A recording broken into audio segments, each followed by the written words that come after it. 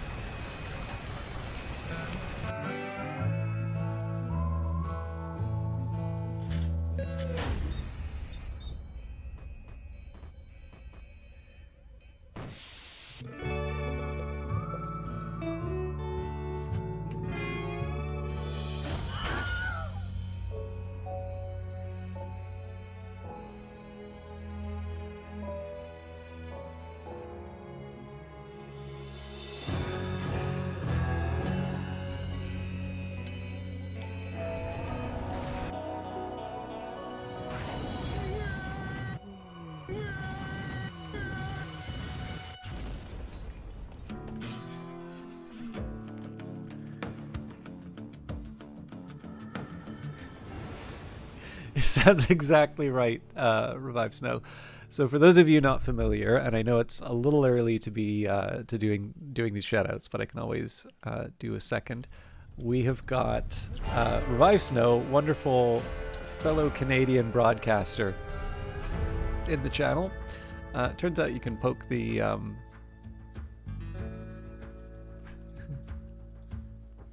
of the main character. Um, but yeah, this is a. I'm actually trying to remember. I think I can afford to get rid of this one. This one I might have actually been playing properly. But you'll notice here it says run 15. That's because it's very easy to die in this game. So I think what I'll do is I'll jump in. So one of the things I wanted to do for tonight's session was I want to actually spend some time with the Grimoire to see if I can maybe prepare for some of the challenges that I'll run into. I don't want to make it a full-on reading stream or anything like that. Oh, neat. Okay, this is actually the website that just went to. So for those of you that want to see the PDF manual yourselves, that is in fact available on that page. But yeah, so for some of you, in fact, those of you who are based in Ottawa, you'll be pleased to hear the name Keep Talking, Nobody Explodes, because that is a local game, or at least was a local game. I don't know if the devs are still based in Ottawa or not. But yeah, this is a charming one. I'm actually kind of curious if this would be something good for your stream, Revive Snow. I didn't get the key from the dev or anything like that. It was actually a recommendation from Ellen Ripley. But it does have sort of a roguelike-ish element to it, so lots of death, lots of rerunning. And so this is the intermediate area.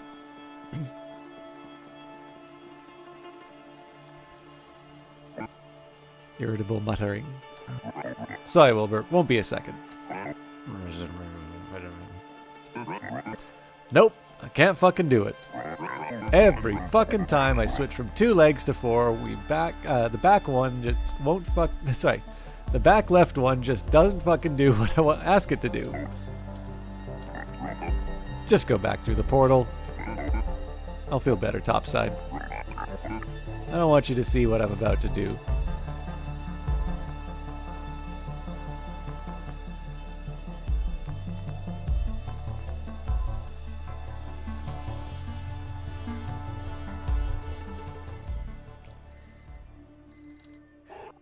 So you can kind of get an idea of the nature of the game we're dealing with. Hey, Tikri, I used to be pretty good at the manual side of Keep Talking, surprisingly similar to your last normal job. Less pressure, only a bit less. So the funny thing is, a couple of people like the, kind of the sound and tone of my voice. Also very good to see you, Kree. I hope you're doing well. I was very sorry to hear that. I know this is kind of older news now, but I was sorry to hear the news, and I hope sort of equilibrium is returning to your life, because it sounds like you've been working very hard. But there's something about that idea that all of that work is just going towards sort of repairing something as opposed to, building. I don't know. It made me feel mildly discouraged.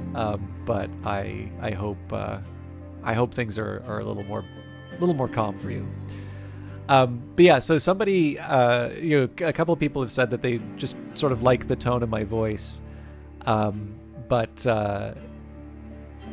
in the case of Keep Talking and Nobody Explodes, the whole idea was the fact that I have sort of this steady, even keel kind of voice to give the instructions was just enough to calm them down to do the levels, which I've never really thought that is a quality that I could bring to a partnership in terms of Keep Talking. But hey, it works, right? So, but yeah, so again, the tone of this game is pretty easy to see from the opening animation. I will mention that there are 2 modes to this game. So there's a sort of a frantic mode, which I'm in right now. And the whole idea here is that you need to get the repairs done broadly correctly, but fast. You are timed.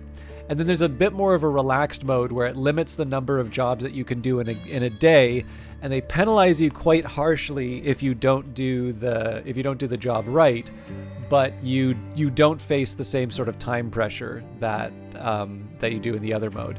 Now, I kind of get the impression that the frantic mode is sort of the intended way to play, and I think if I was going to optimize my play, I would probably want to play the relaxed mode, get good at doing the repairs, and then do fast. But back in my camera days, one of my firsts would say, first you get fast, then you get good. So I am applying that terrible piece of advice to my my career as a spaceship repair person. Repair fox? Repair... whatever the hell this thing is. Alright, so let's buy the 2 items already starting off in debt. Always a good spot. Your first rent payment will be $280, and it's due in 3 days. I'll see you then. Let us hope our next conversation is a fruitful one. That is Uncle Chop. So, main idea here, you gotta make your rent payment. Again. I'm trying to remember if there's something for me to pick up. So, this is a run... No. This is a run where, because I've already gone a few rounds through this, I have got some improvements in the area already. So, check in. Oh yeah, I guess I said I was going to check the manual too. Alright, well.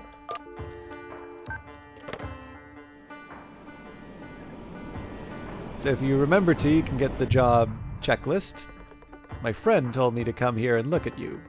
He was right, You look funky. Ah. Oh, sorry. You can fix my ship if you want. I'm gonna grab a coffee. Alright, so it's just the headlights. So it looks like it's missing one. Didn't I buy a... I thought I bought an automatic... yeah, so there's no light there at all.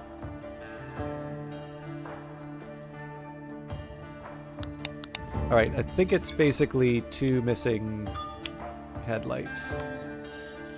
Oh, crap.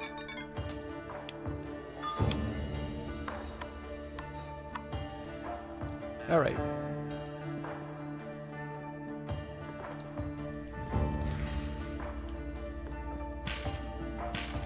And then one of these things I need to fill with the headlight fluid.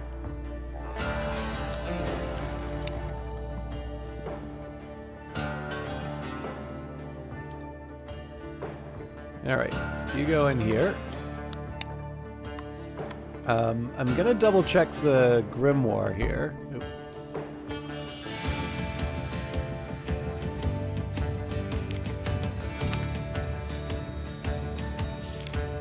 Okay, so it doesn't deal with like a constantly on light, so I'm just gonna...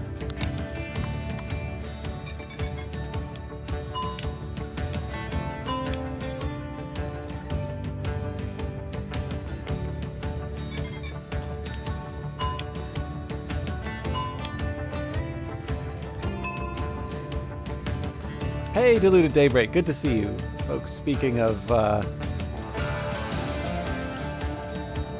wonderful streamers, we've got Diluted Daybreak here, someone who I'm very fond of seeing because of all of the Brace Yourself games. Actually, we've got 2 Brace Yourself games streamers here. I originally met Revive Snow through Phantom Brigade, and Diluted Daybreak plays Rift of the Necrodancer at a higher level than I possibly could imagine. I do, by the way, apologize for those of you who were looking forward to Ace Attorney. It's just because of the hour that I'm starting here. Uncle Chop's Rocket Shop is a fairly low-stakes game for me to be playing here. But you can basically see the main idea of the game here. The only thing is that I really should have got that mission done a lot faster than I did. Thank you kindly, friend.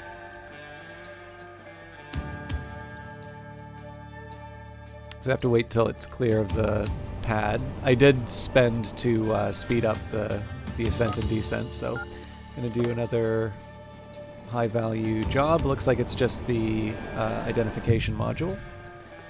New mechanic, new anxieties. A curious day. Alright.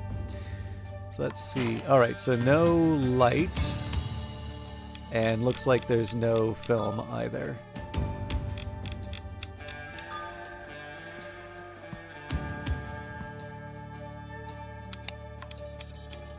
Yeah, that thing's broken.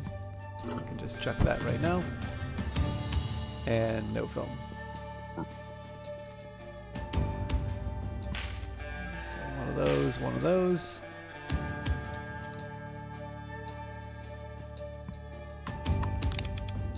And there we go.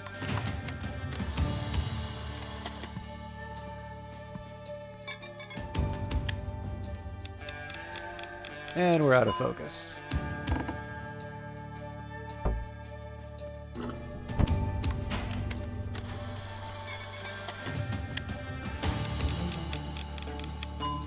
Alright, that looks close enough. Oh, that's not close enough.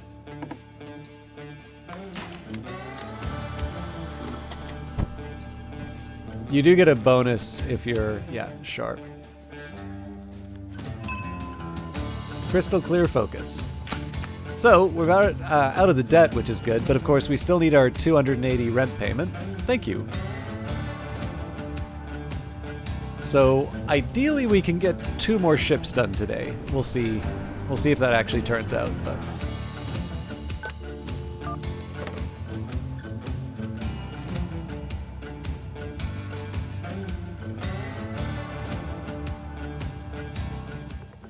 You may find value in the wares I possess, but I require something valuable in return.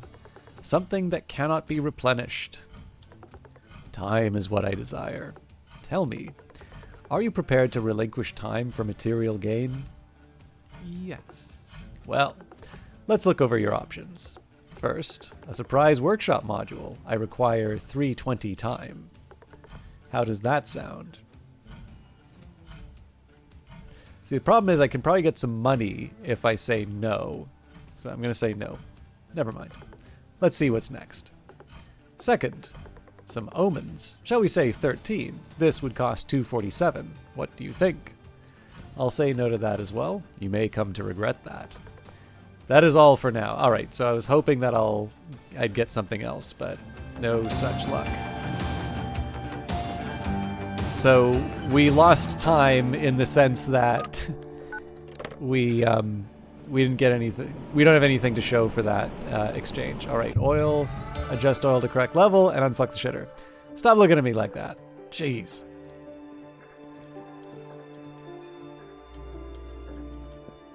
That ain't right.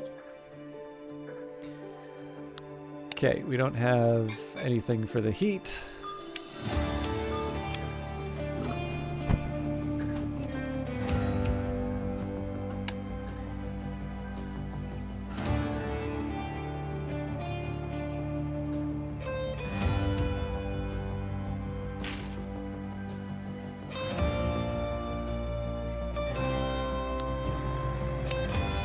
Some oil. I forgot to get the heat sink.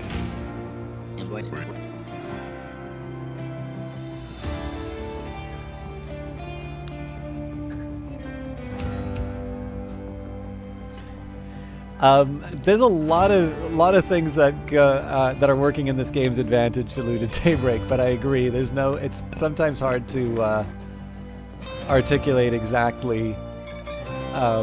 I think in general, my view, I know I've said this a few times, but I sort of feel one of the things that's always in short supply is that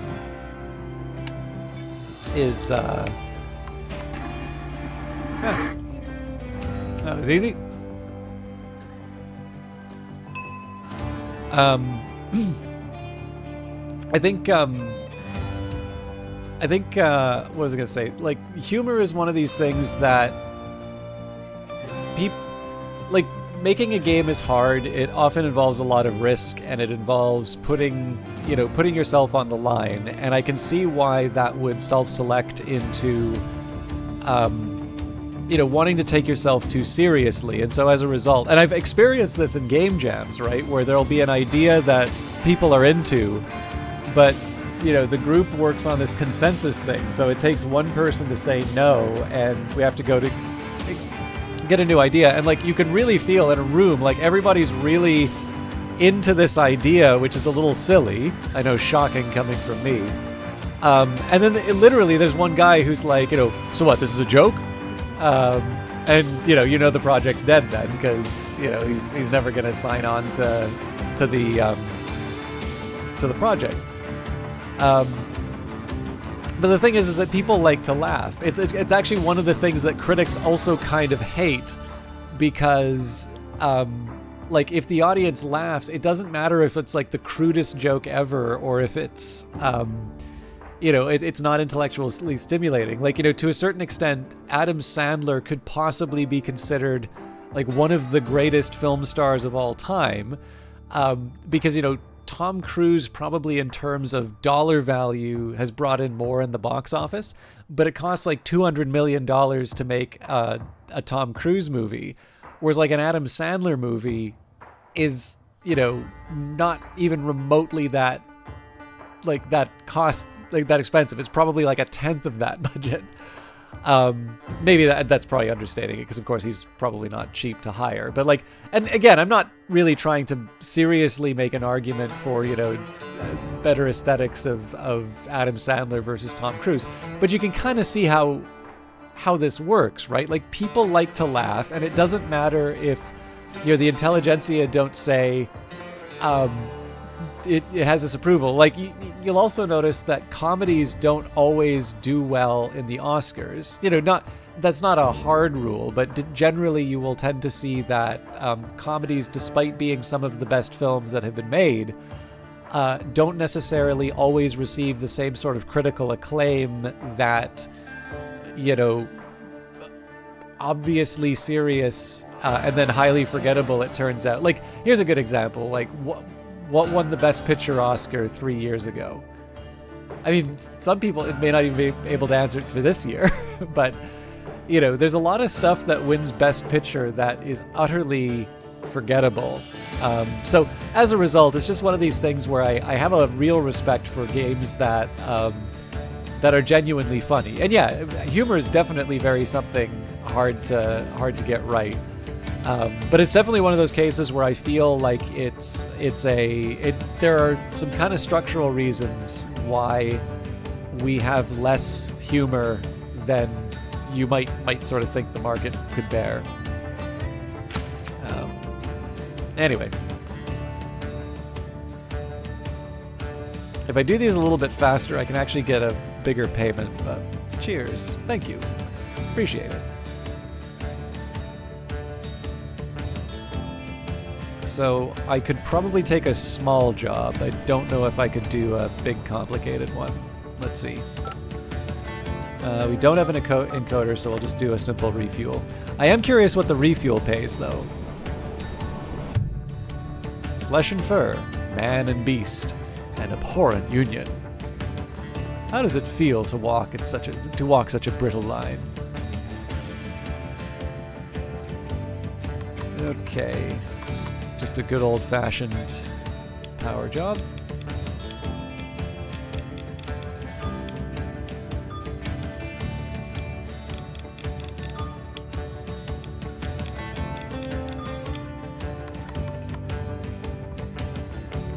For those of you that haven't seen this before, so this I've done this a few times, so some of these I know quite well. Other ones I don't, and that's going to be why we spent some quality time with the Grimoire.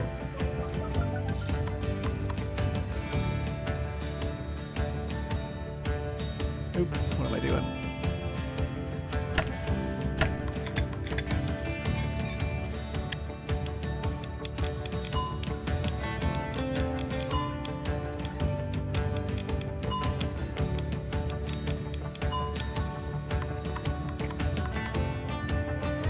Okay, so 112, and we got... Yeah, so the most we can expect out of those is 32. I'll explain why that's... The Shield Dome is new. Yeah, so to extend the day, it's 25, so we can't actually turn a profit if we do that once. So that's basically to stop the fires from... That's basically something to stop the fires from showing up when there's like a meteor shower.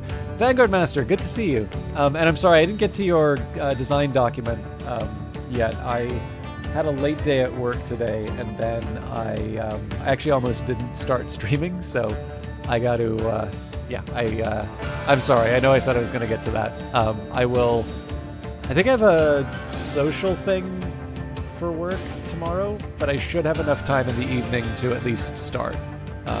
And yeah, I know you definitely weren't rushing me on that, but I definitely, I don't know, I want to do the stuff that I say I'm going to do, so.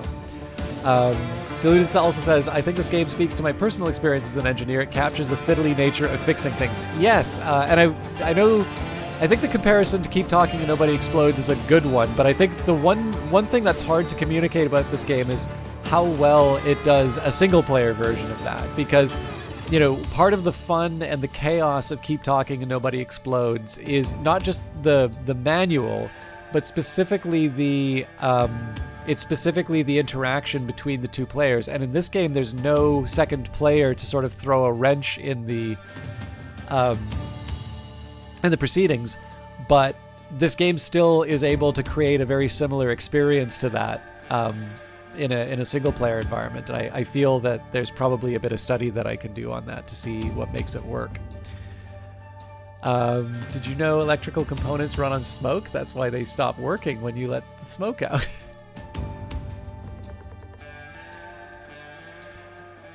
Looks like everything is in order. And preventing fires feels apt for Canada right now. Cries in civil service. Be seeing you.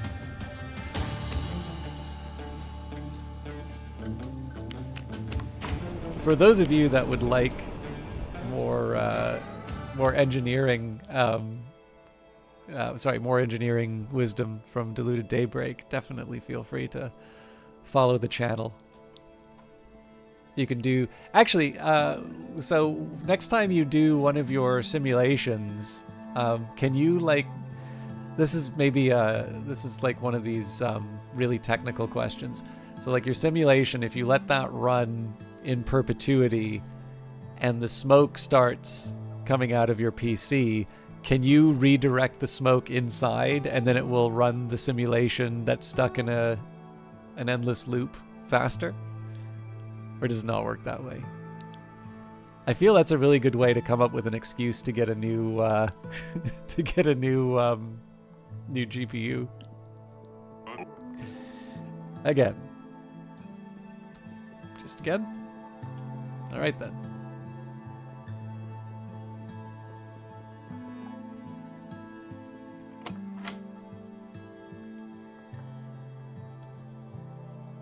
So you know what? Before I go to sleep in the game, I think I'm gonna do that Grimoire. I'm gonna do a little bit of Grimoire time. However, I realize we're only like half an hour in, but I feel like I need a little bit more tea. So I'm sorry to do an early break, but I do actually need a minute. I think I need a minute to just get myself sorted out so I can be a little bit more focused for the next I don't know, longer period. But yes, I'll try to keep it short. For those of you that maybe do not have a beverage in front of you, now would be a good time to get up and get one. I do apologize again for the abrupt run, but I know I'm going to be doing a lot of reading, and it's a lot nicer to do that with a cup of tea and maybe a cup of water. Maybe I'll do both. But yeah, I will see you in a little bit.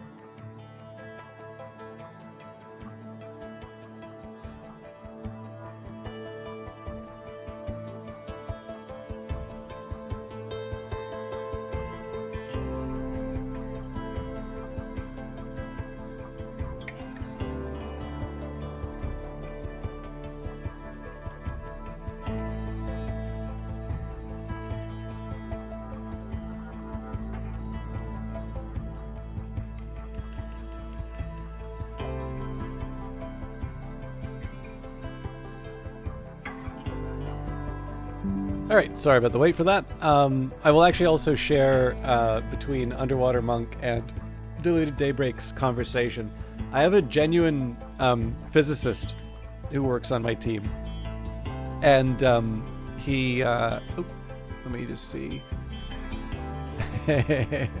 Sorry, just got a Discord message from somebody who saw something I sent them.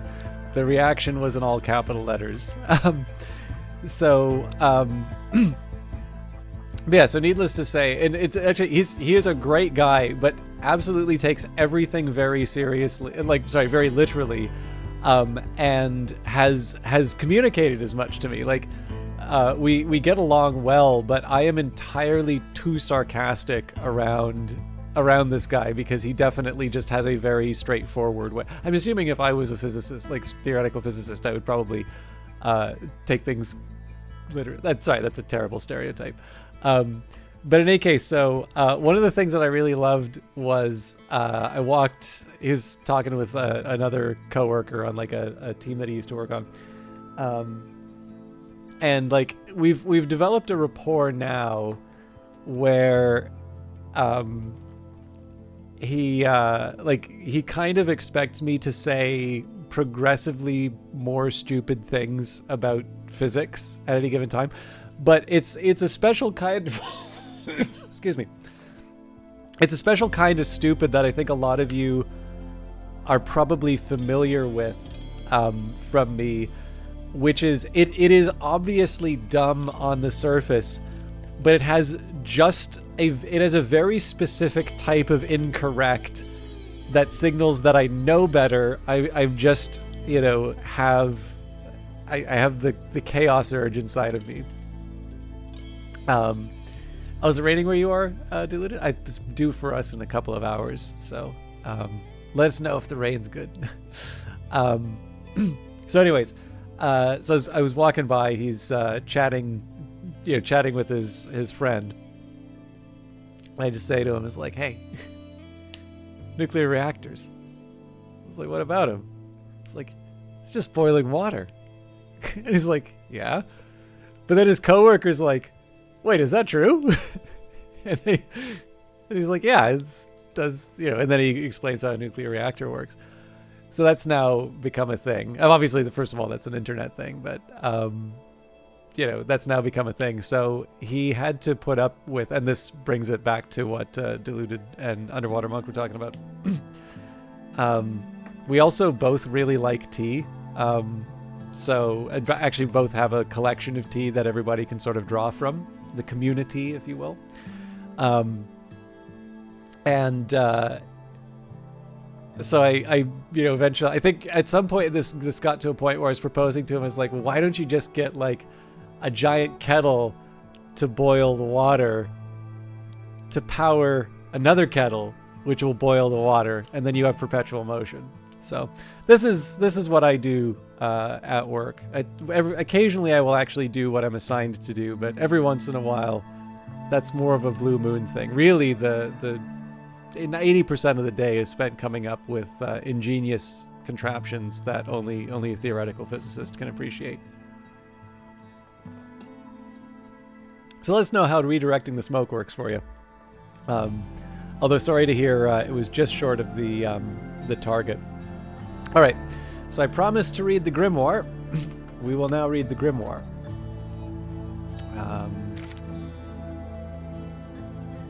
Page 1. All right, here we go.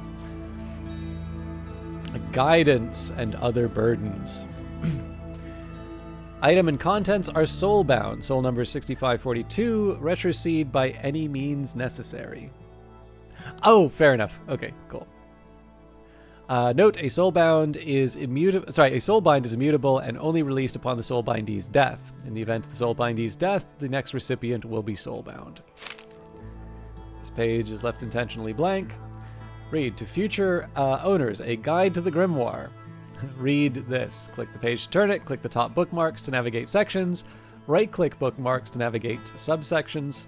Click right bookmarks to navigate subsections. Right-click the page to grow or shrink it, module view only, and spacebar to zoom in and out. This page is no longer intentionally left blank. So these, I think, are achievements. Bro. Inventory. Don't care for the time. Replace the clock with a job counter display. Never lose track of your completed jobs again. Job counter displays 3 jobs maximum. Pull trays along the axis to open. Moodometer, workspace, book tray, bin tray. Store your manual in this convenient book tray. Better mood, better tips. More achievements. Reliable home power. First choice in home power. Childproof. Children tested had no opposable thumbs. So 1, 2, 3. Pull the red lever down, loosen bolts with the number 2 tool in the tool tray, pull the yellow lever down, follow instructions in reverse to secure the tank. Fuel. There's the fuel tank covers, primary release lever, secondary release levers, and the panel latches. Fuel level, so full, acceptable levels halfway, empty. If indicator reads below the acceptable level, then refill the tank. See refuel station documentation for guidance. Damage indicators. So sparks emitted, erratic display, dents in housing. If any of these issues arise, replace respective fuel tank. Follow the numbered steps in order to remove a fuel tank. To return a fuel tank to the module, follow the steps in reverse order. So we've done this sort of stuff before. I don't want to spend too much time on it here. We've not yet had to deal with the wiring layout, though. So open the maintenance hatch. Disclaimer, this is the only Honk-approved wiring layout. Honk accepts no liability for damage or injury caused by alternate layouts. Oil overview. So, oil level, fluid ports, oil lever, heat vent, panel latches. Fluid canister. A compatible canister is required for oil maintenance. Canisters can be filled at the Honk Fluid Shop. Get it from Meatball's shop. Heat release. Always ensure excess heat is released before attaching a fluid canister. So press and hold. If heat fails to vent, heatsink may be damaged. See manual section D. Erratic jittering of gauge indicates a pancake stack problem. Excuse me. See manual section C. Check level somewhere between, I guess, 3/4 and 1/4, maybe thirds. I don't know. Look at the color. Does it look like oil? If you are unsure, it is always safer to drain and refill than rely on the competence of a previous mechanic. Check for chunks. Draining fluid, use the red. Adding fluid, use the blue. Removing chunks. Drain, add cleaner, drain cleaner. Fluid not draining or filling indicates a damaged pump. See manual section E. Oil internals. So heatsink, pump, pancake stack. So you can kind of see that I've been manipulating these on my own, and that's just, you know, I'm already kind of familiar with the with these jobs because I've done them so many times. A missing or incorrectly configured pancake stack will result in improper functioning of the heat vent gauge. So we need 2 pancakes, no specific pancakes. Pancakes are one of the things I sort of struggled with before.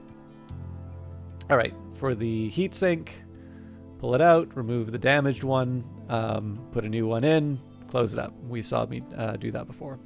A pump. A missing or damaged pump will result in the fluid not being filled or drained. When the lever is held, ensure a functional pump is present and on. Static or not damage indicators, static not vibrating, or dents in the housing. And then another wiring layout here. Now again, I've never had to do wiring, and I hope I never have to. This is the only Honk-approved wiring layout. Honk accepts no liability or damage or injury caused by alternate layouts. So this is the refuel station. We've already worked with this. Warning, overfilling a tank will cause an explosion. Honk is not liable for any damages caused by the misuse of our products. So filling a fuel tank, put it in, close it up. Customers pay extra for a perfect fill. Fluid filler, push these buttons to fill. Drain. Thank you, got it. Compatible accessories, the fuel canister, light bulb, and the feed.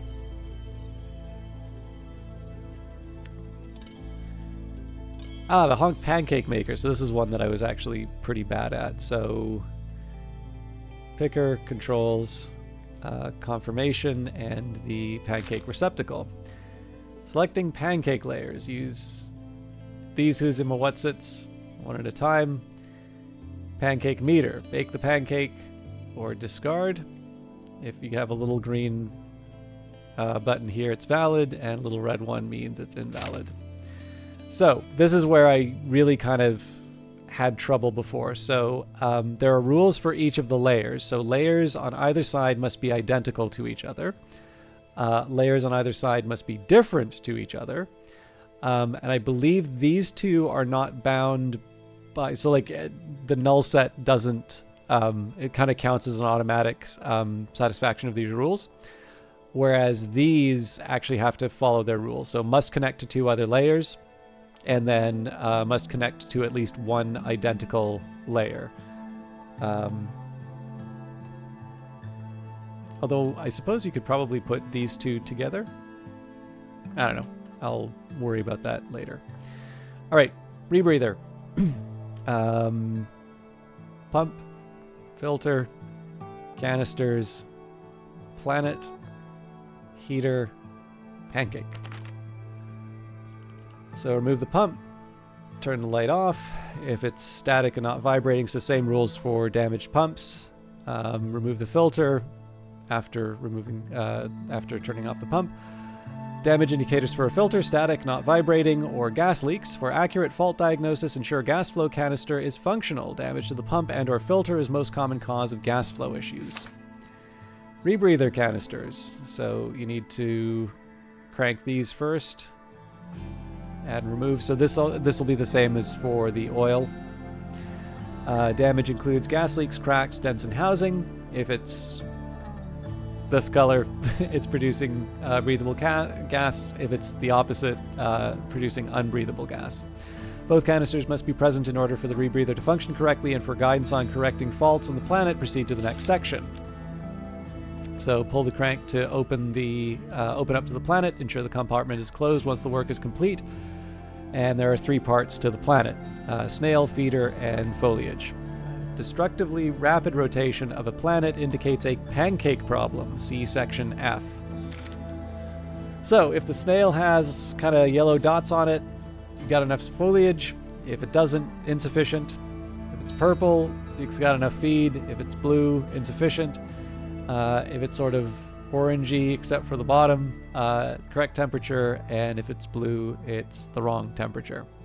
If snail temperature is too low, see section on the rebreather heater. 2 to 3 snails are recommended for optimal gas production. Snails are purchasable from all food retailers. And then there are subsections for each of the snail status. Feeder. So then in max, feeder can be filled at Honk's fluid filler machine. Consult the machine's documentation for guidance. Fill feeders with nat nourishment. It's dirt cheap and does the trick. Foliage. So if it's green, it's healthy. If it's purple, it needs replacing. Replacement foliage can be purchased from an approved vendor. Most snails expect at least 4 pieces of foliage for their viewing pleasure. Heater. So it says here that I'm moving 1 big heater. In reality, usually they're broken and I need to remove. Yeah, there you go. There's the cracks. A malfunctioning heater will result in low snail temperatures. Now the pancake, this is one that caused me trouble before. So you need 4 pancakes on this thing, and there's the 2 required. You have to have at least 1 of these 2. How you fill the rest is kind of up to you. We already know how this tool works. So for additional information on the Honk Pancake, consult its documentation. All right, so the 2 sections down. Clifford, winner of the most endearing name for the 14th annual AI Awards.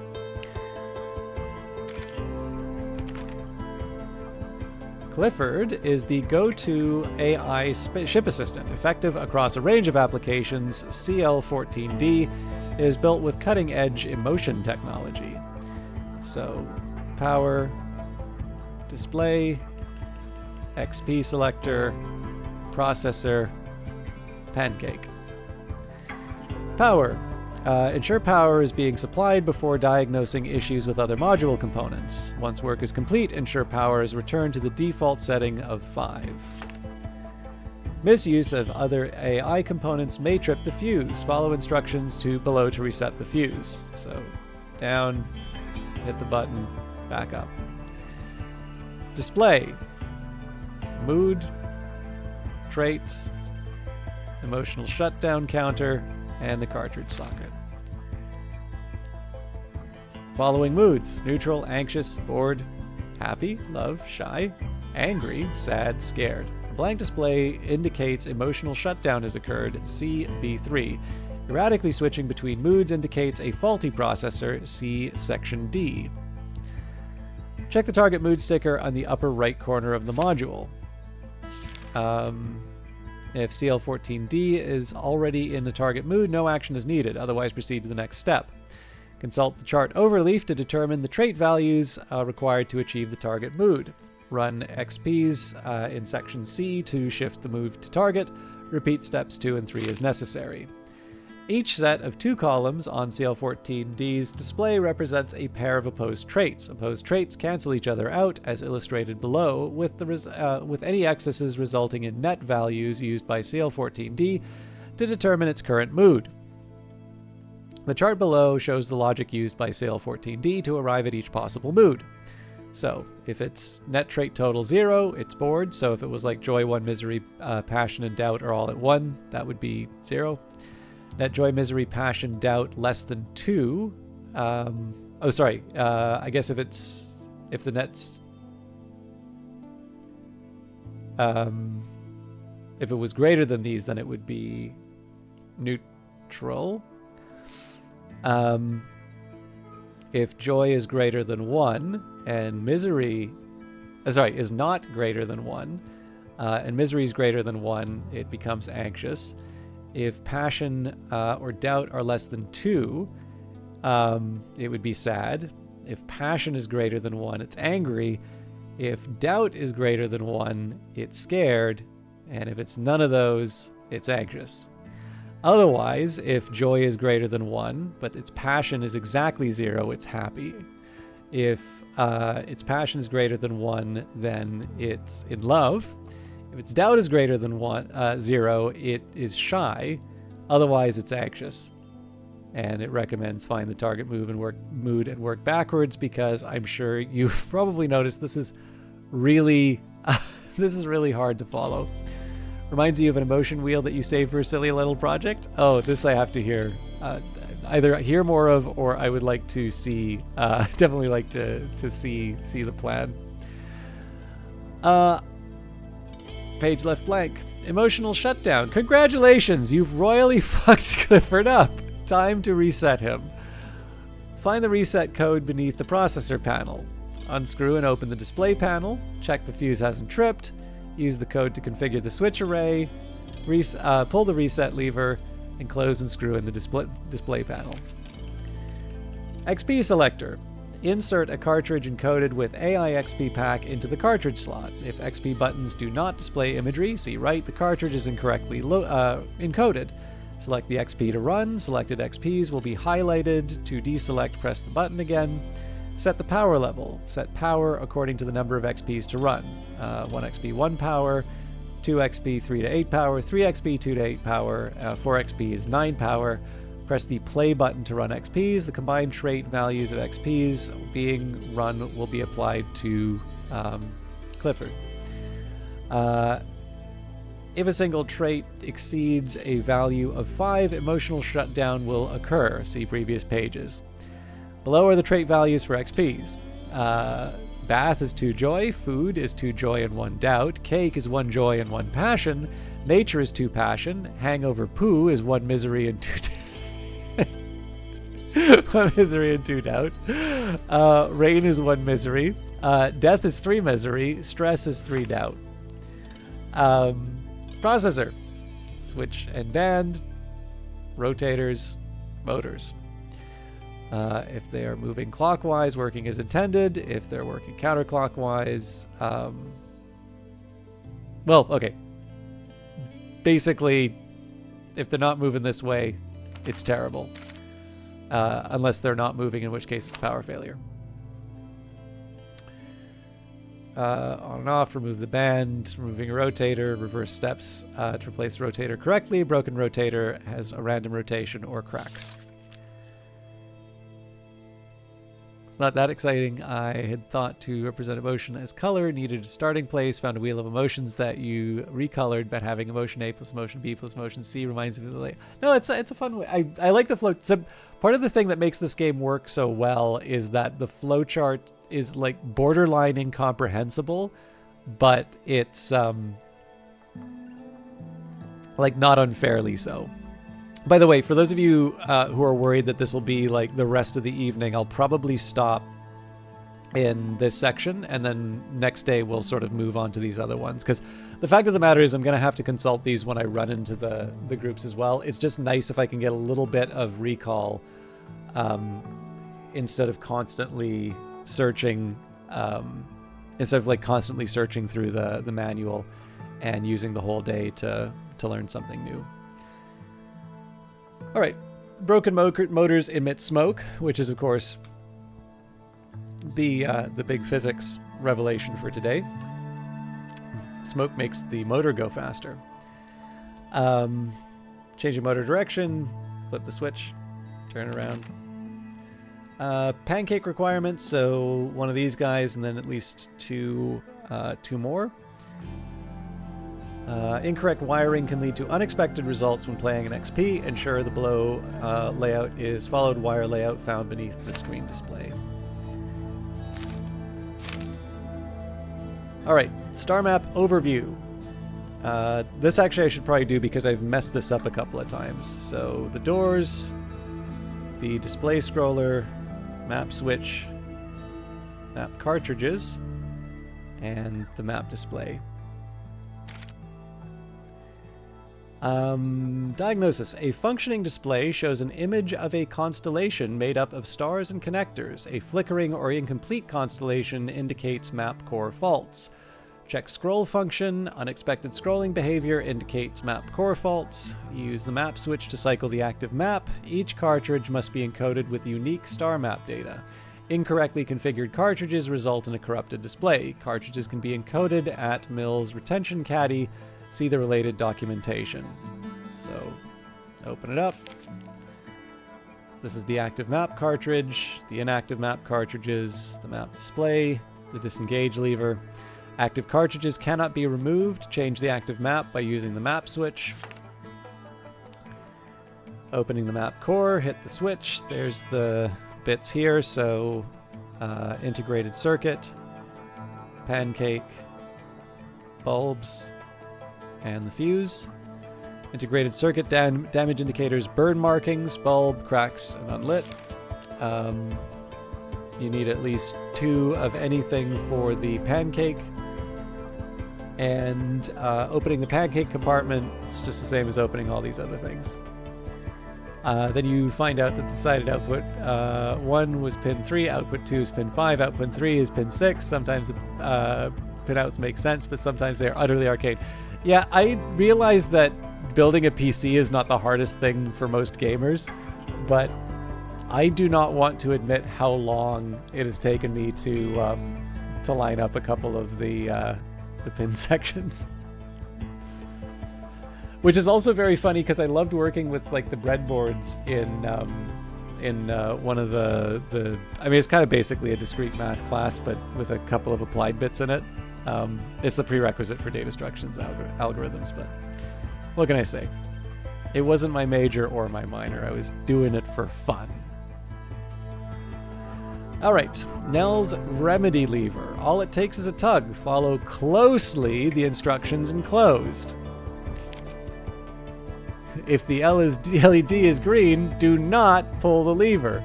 By the way, this is absolutely intentional that this is on its own. Vesper, thank you very much for the raid. Let me just take a quick second to shout you out properly. But only after I've done my tea. Oh my god, spammers, mods, ban please. The RX-Man, hello. I remember seeing you from Vespers last night. I apologize for myself in advance. Thank you, Vesper, for... Wait! Give me my Grimoire back. How you doing, Vesper? For those of you who don't know, by the way, Vesper Fortune wishlisted this game after the last time I was playing this. So if any of you would like to be nice and gift it to him... I am, of course, referring to Vespers Raiders. Silver, good to see you too. It's always Silver, by the way, is incredibly nice. I pretty much always hear a hello from Silver and Vesper almost at the same time. They've coordinated. But anyways, for those of you not familiar with Vesper Fortune VT, he's a VTuber. You were doing, I think you said, I don't know if it was a key mailer or small indies, but I know you're doing something new tonight. But Vesper Fortune is actually the one who's responsible for us doing the Ace Attorney series. Obviously not tonight because I got a late start. I probably won't be doing a full-length stream and I didn't want to break the day up. But I found him originally through him streaming Cultist Simulator. One day he will move on to Book of Hours, I'm sure. But Spirit City Lo-Fi Sessions, thank you. I saw a cook, and I know you were talking about a bat. So, as you can see, I was laser focused on your stream tonight.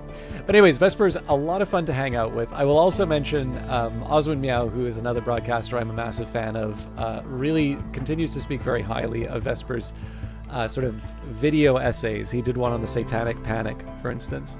But overall, a very nice guy, a great flatterer. He's always so kind about me when I come into his channel. But definitely somebody I'm always happy to see in chat, and also somebody I'm happy to to be able to visit.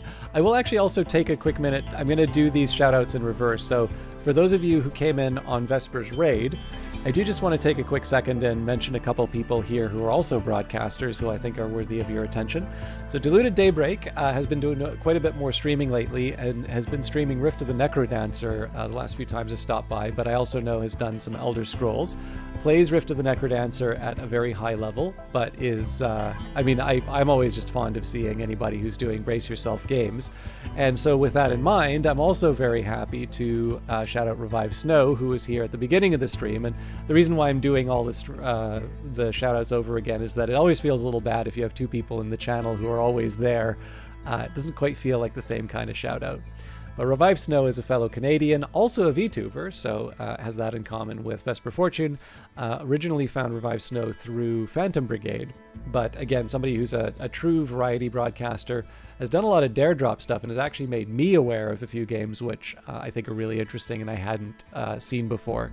But on top of Vesper Fortune, which I'm sure everybody from Vesper's channel will already be familiar with, here are two other wonderful broadcasters who you may want to check out as well. So, but there is actually something here in this channel other than shoutouts occasionally. We are now going to talk about, I'm going to finish off the pink triangle here, and then we're going to go to bed, and then we'll start the next day. And for those of you not familiar with Uncle Chop's Rocket Shop, I think you're in for a treat when we get to the next day. So, Nell's Remedy Lever. All it takes is a tug. Follow closely the instructions enclosed. Oop. If the light is green, do not pull the lever. In the event the user erroneously pulls the lever, see the page on fuck-ups. If the light is red, pull the lever. Nell's Remedy Lever. In the event of a fuck-up, dwell on your mistake. This could have been avoided by reading just 10 words 2 pages prior. Now reconfigure the wires to match the diagram below. If fuck-up tally exceeds 5 strikes, consider Nell's liquid lobotomy. Do not serve this man.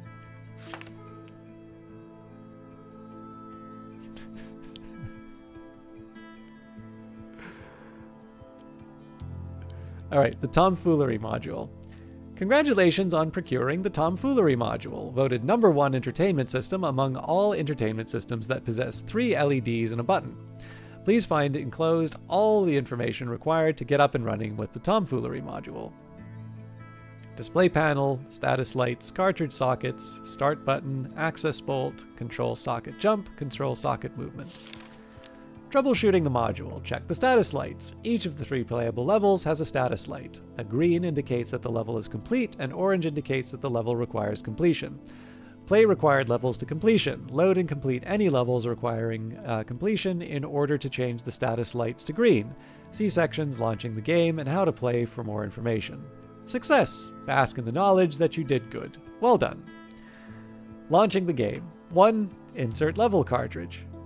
Insert cartridge with the corresponding level flashed onto it. Cartridges can be flashed at Mills retention caddies. See related documentation. Push the start button. Insert fine motor appendages into the control sockets. How to play. Movement. Finishing level, collect the glowing square. Wall jumping. When both in the air and near a wall, jump away from the wall to wall jump. This is an important skill. Open the display panel. Remove the access bolt with a wrench. Swing open the panel. Behind the display panel, there's a control mapping layout. Backlight bulb. Jump fuse. Debugging minor issues. Jumping is not working. In the event that jumping does not work, check that a valid jump fuse is installed beneath the surface panel. See the previous page for details on opening the service panel. If a valid jump fuse is installed and the issue persists, check the control mapping. See below. Limited character visibility. Character having severely reduced vision, see diagram, indicates an issue with the backlight bulb. Replace the bulb to resolve the issue. And finally, the incorrect control mapping. Incorrect control mapping indicates an incorrect wiring configuration behind the display panel. Ensure the wiring layout matches the diagram overleaf. So as much as I'd love to do Mills retention caddy and so on, I do also realize that some of you who are here to actually see the gameplay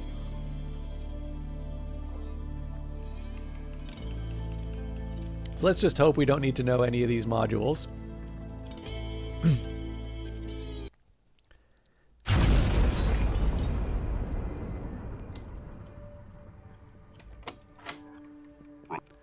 Yep.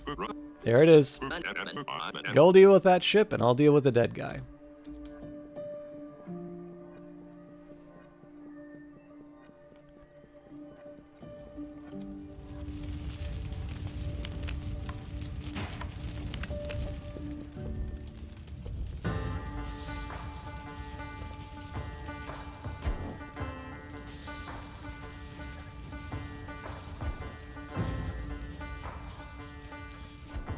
All right. Oil change, eh?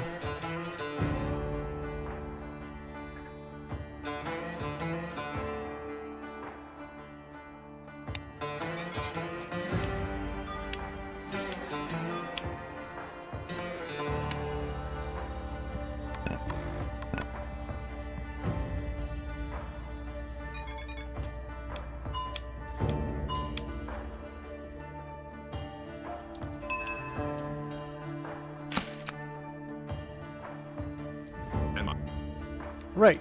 I'm off. Hold the fort.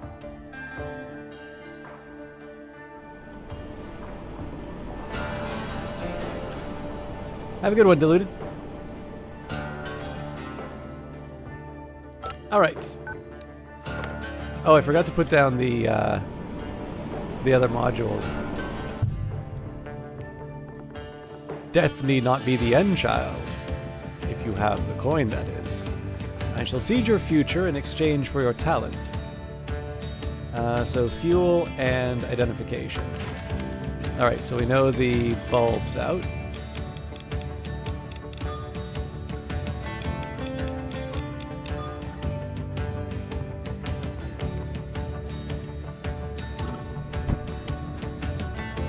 Okay, 8 should be enough. Alright, there's no bulb at all.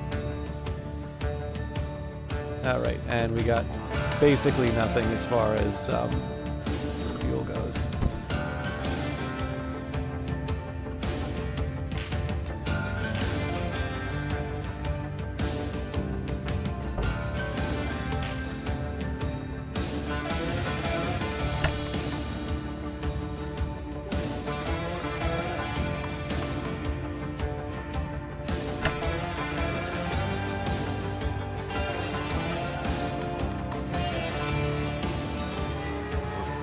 Hey, I don't know who you are up there.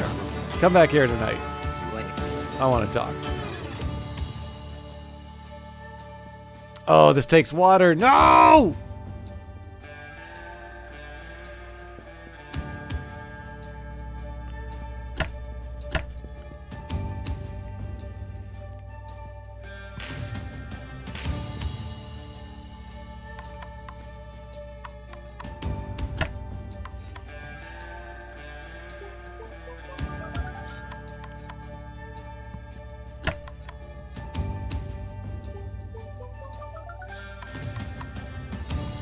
Alright, so lost some time doing that, but at least I got it right, and we'll get a small bonus for giving the right kind. Get back in there. I can't remember what the minimum for the... that's close.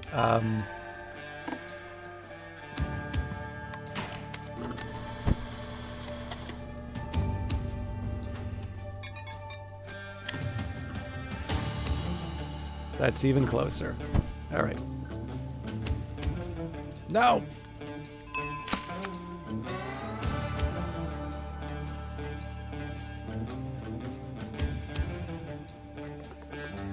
You are wealthy, child. Not with coin, but with talent. One may translate to the other. You may join us in time.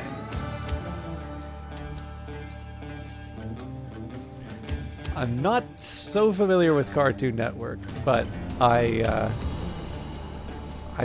thinking that's a very positive thing.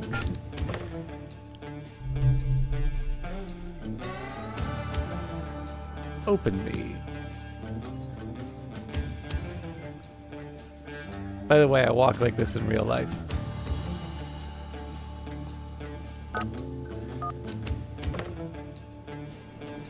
This will probably be the last complicated one, and it's a rebreather. Do you fear the emptiness between places? I do. I long to be shackled to an island. Like you are. An excuse to hide among the cacti. Okay. Let's open her up. Alright, well, that's easy to see. And also the heaters off.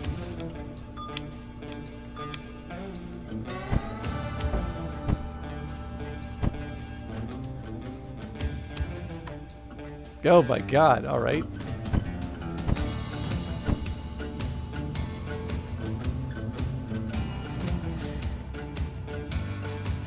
We got a bunch of stuff to buy. So, new pump. New heater, at least 4 trees.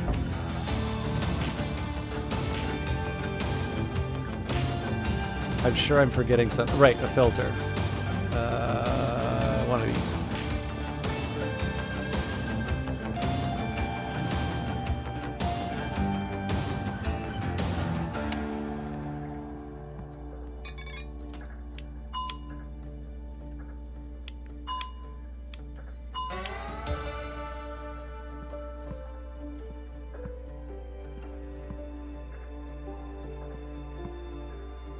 Alright, that looks about right.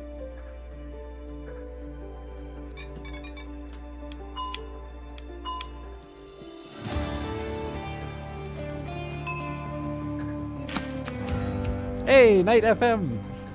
Night 97, rather. I will talk about you and possibly D-Pain in just a moment, but thank you very much. Vesper just rated us, as did, and we saw Delude and Revive Snow a little bit earlier, so thank you for stopping by. Ace, cheers, mate.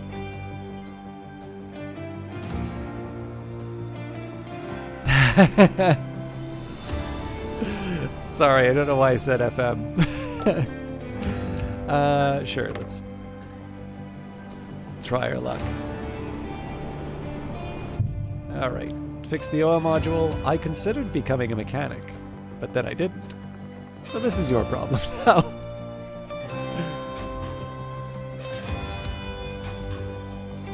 I will caution the language in this game is a little salty.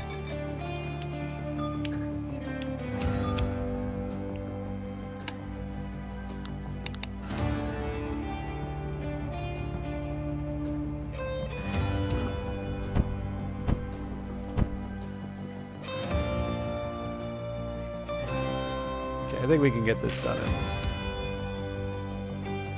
in time. Thing is, I think the oil level's fine.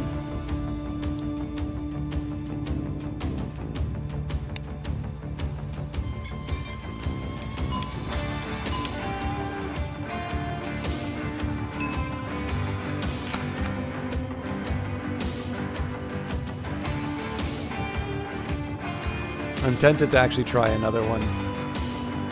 Later, nerd. See you never.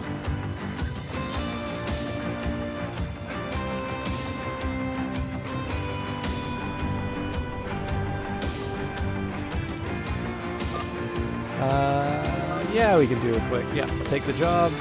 I'm gonna just extend the day. Oh, you're Harry, huh? Sweats nervously.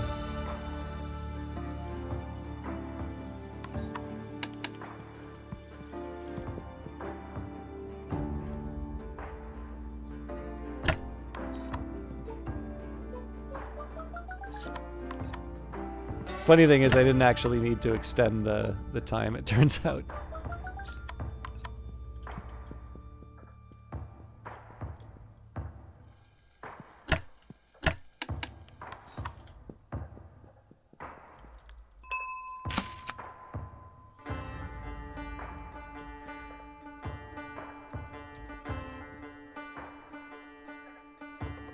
Well, thanks a million. I just bet Drew said that you'd screw this up. At least he believes in you.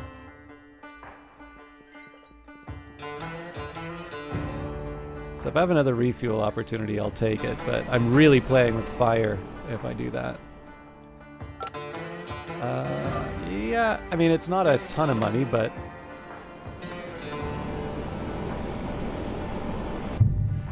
You want to fill me full of jam, don't you? You're just like the others. You make me sick.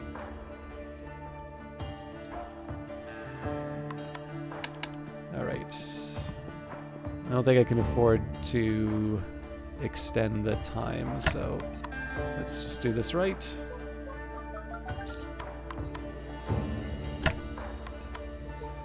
There's actually an option to disable the refills. I think it's just because in terms of a time commitment, it's not that profitable. But obviously I've got better things to spend my money on, so...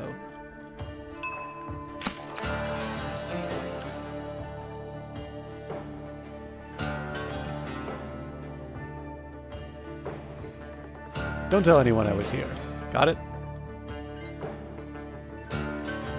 I'm going to take the opportunity to put my machines up.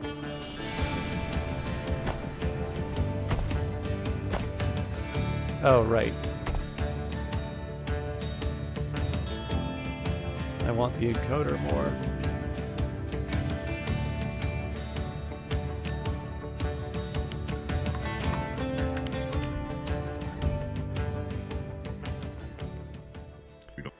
Look, who I am isn't important, but I live here in this hole. If you're gonna be up here making so much damn noise, we're gonna have a problem, ain't we? Now, the last guy, we came to an understanding. A business understanding.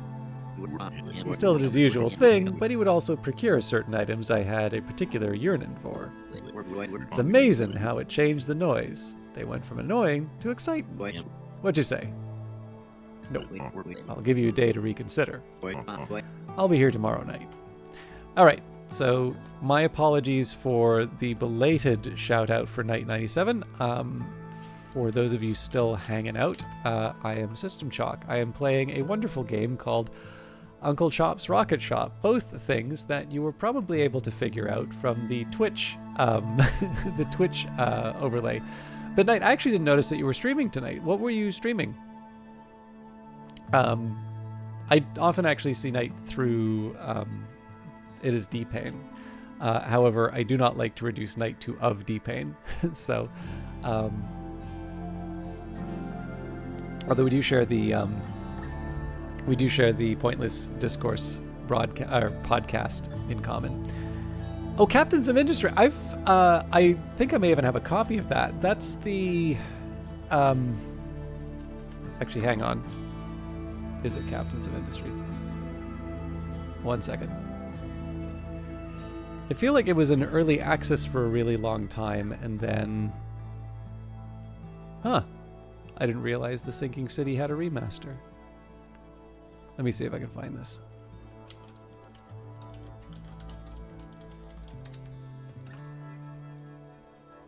Oh, hang on. Captains of Industry is different from Captain of Industry, isn't it? I think we're thinking. I'm probably talking about a different game. If the answer is still no, you better keep the noise down, or else.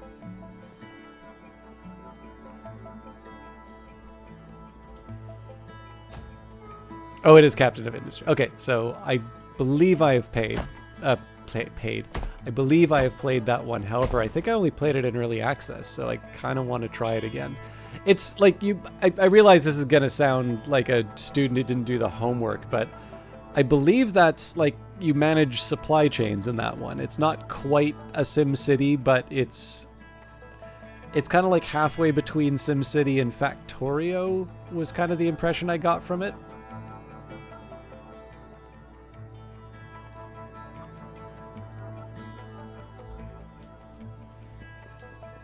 Yeah, okay.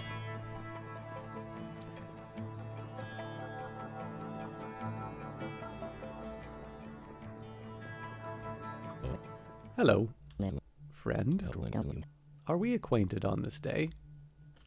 Yes. Good. Good. It is troubling when you forget me, Wilbur.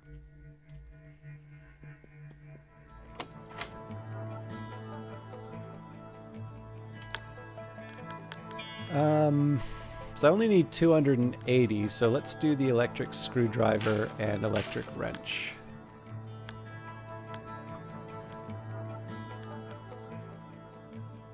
Question is, can I afford... You know what?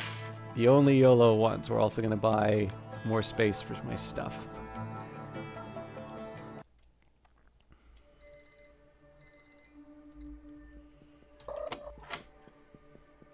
So I definitely need to make money tonight.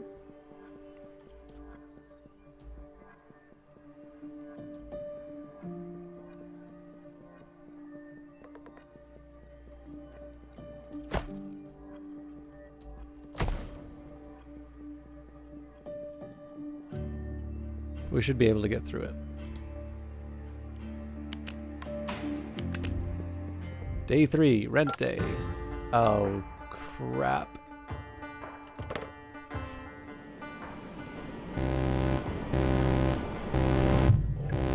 One day we will swim together in the murky bowels of our God. This day, however, I require service.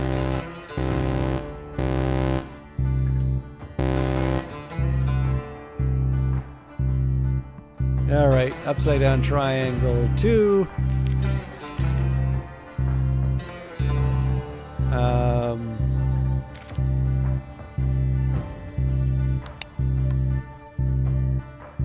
Okay, so it needs to be at 6, and then it's eyes, glyph direction, and then legs. Alright, I don't even know what the hell else we need to do. Tomfoolery, rebreather, and fuel.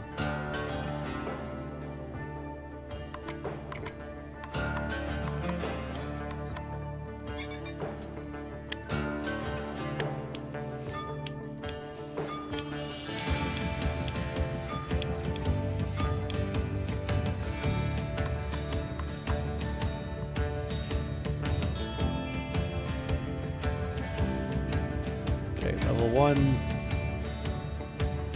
and I'll deal. Oh no, I should actually deal with that now.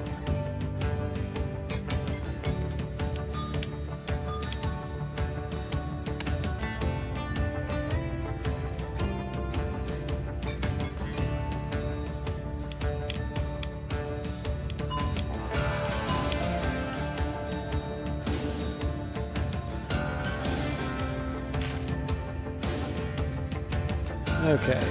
Power!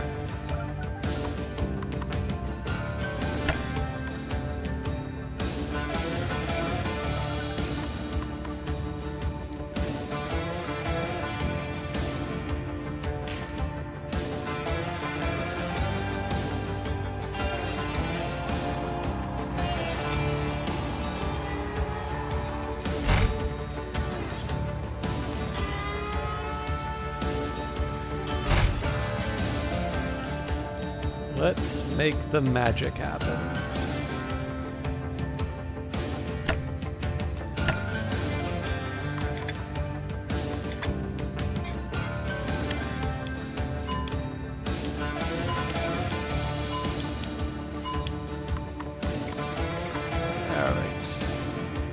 Tomfoolery. She win.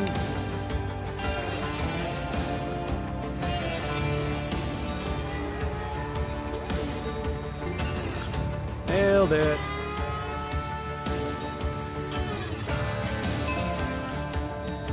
And we did all of it. Alright, thanks a lot, Vanguard Master. Have a good one.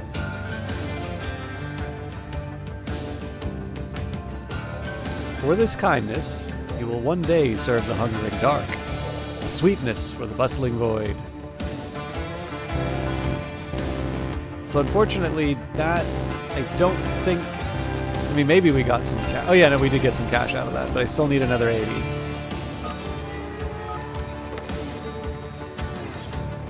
So this is just identification? Yeah.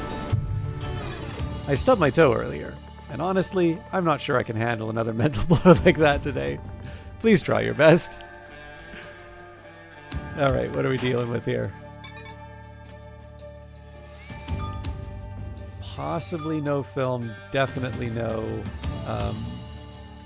bulb.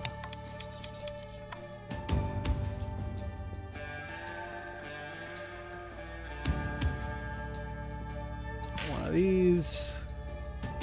And a one of these. I'm sort of under the gun, timing-wise.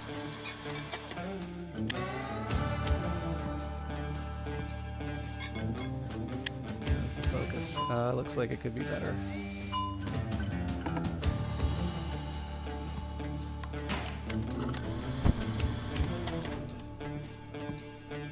That's close enough.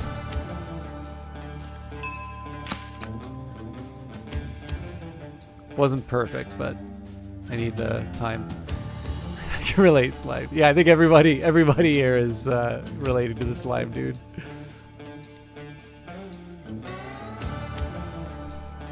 All right. You know, you don't smell as nice as the last guy, but you sure do fix chips better than he did. All right. We can make rent. Obviously, we want to, you know, get more money though. So,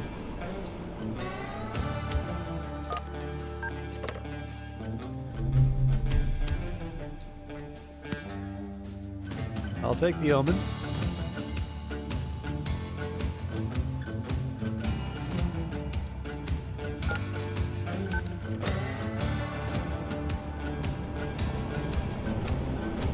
Headlights. Aid my crusade. Do your duty. Do your part.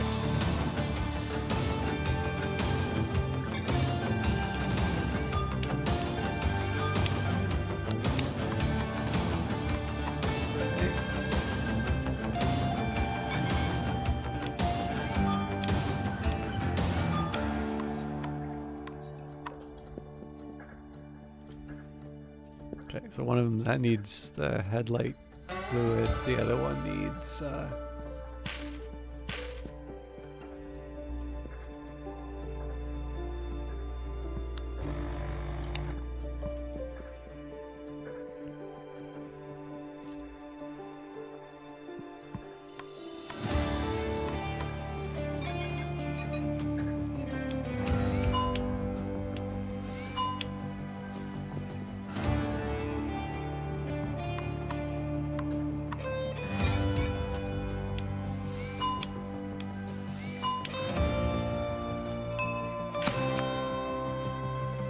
should be able to get at least one more in, but let's not put too much. Let's not do anything too hard. You have my gratitude and the blessing of the gallant one. Spill blood in his name.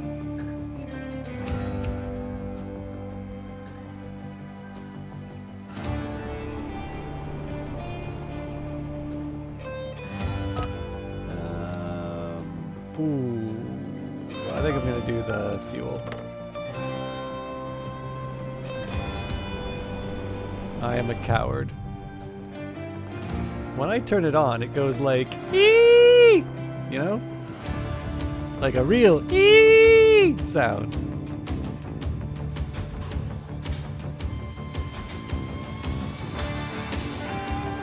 Oh, it's a fuel! Alright.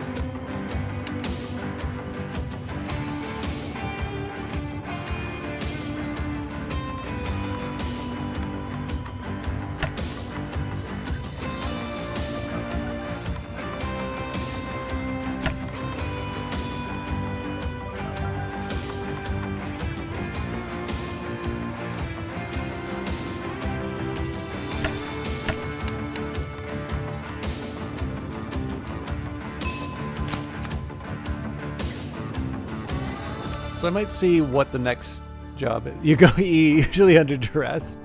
So for Vespers chat, I think we know what our next goal is. Cheers. So if there's another fuel job, I might take it because I can always extend the timer. Yep.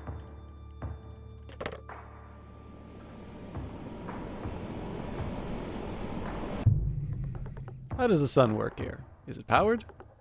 Are there really days? Or just hours where you stave off the abyss? Okay.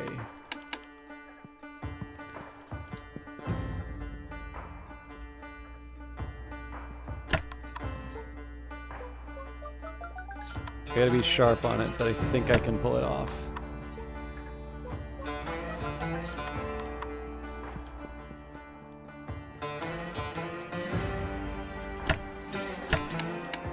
Nailed it.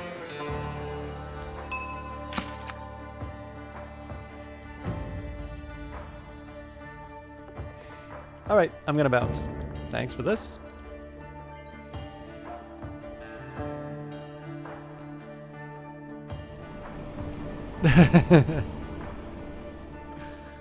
All right.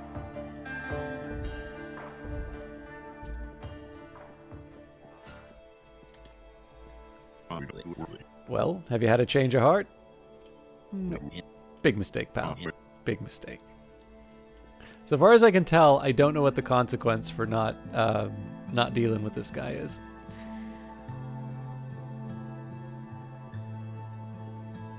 I'm gonna crush a 6-pack and think about how I can't die. Later, bud.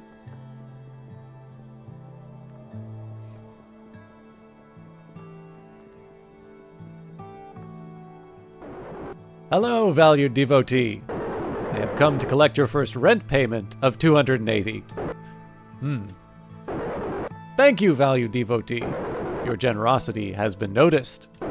I will return when your next rent is due. It will be 850. Goodbye, valued devotee.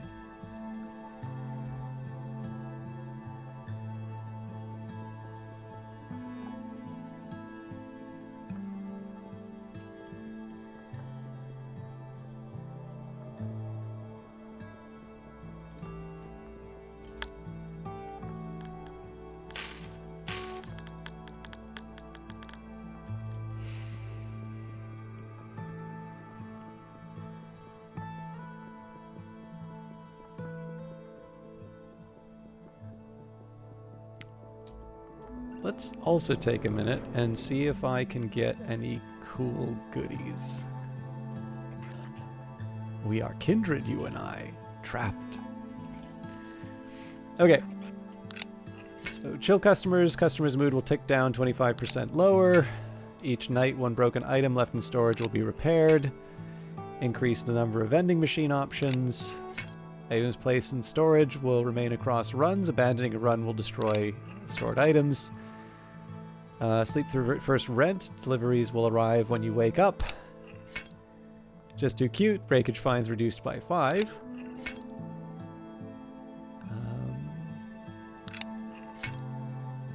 Random selections of items go on sale. Oh, we have that already. Survive one fatal job. Wake up at the end of the day. Stop refuel jobs showing up on the job board. I mean, I'm okay with that for now. Loan-o-matic repaired. Yeah, I don't need that. Locked. Extra vending machine slot. Reroll jobs. Yeah, we don't need to worry about that. Additional storage layer. So I guess the funny thing here is I don't actually really need... Okay, so I'm going to figure out if there's like a high-value item that I want. And if there isn't, I think I will start getting some of the things like chill customers, because that, over the long run, is going to be increasing my profits. So like auto repair seems like a good idea, except that I don't keep enough stuff in storage for that to matter. Don't know about vending machines, so I'm going to skip on that. This is definitely an interesting one, but 80 is a lot, so...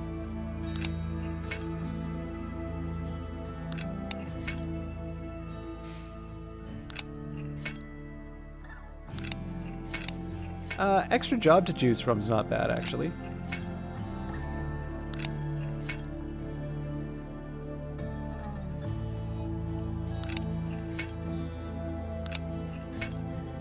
Yeah, I think I'll go for the low,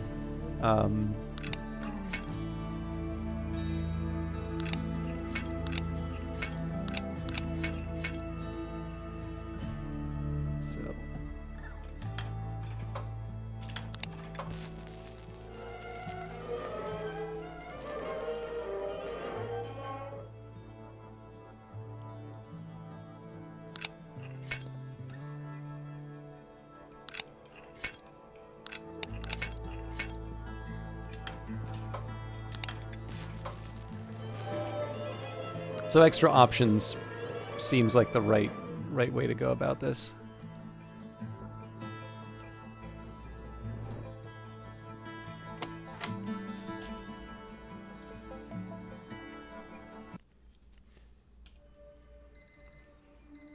All right, so on the question about the shield, it's to avoid this from creating fires.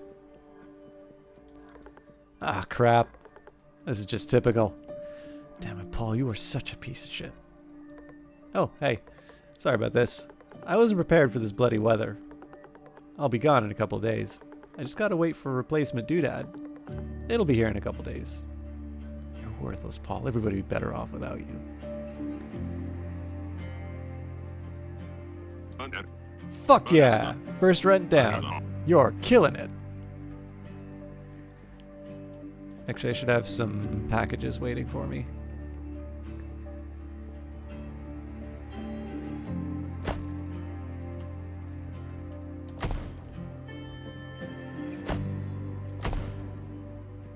Don't know how the welder works, don't know how the gumballs work. I just know that they're expensive.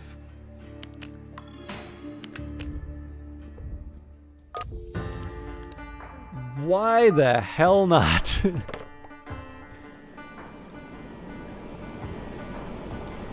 Oil... Hello, stranger. Fix my sky casket, will ya?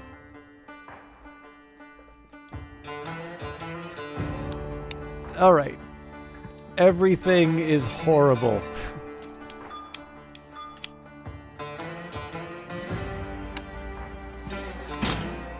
God damn it!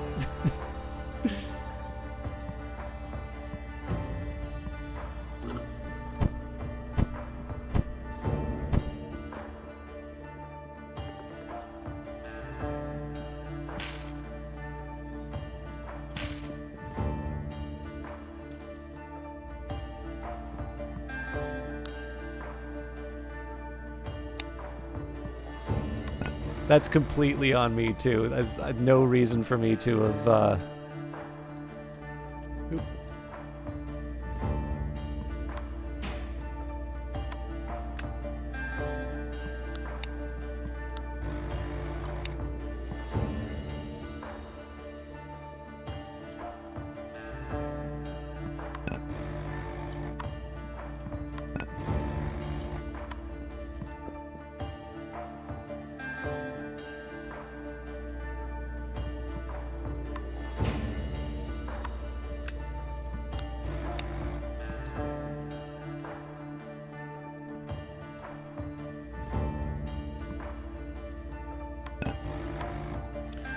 Alright, so that's one down.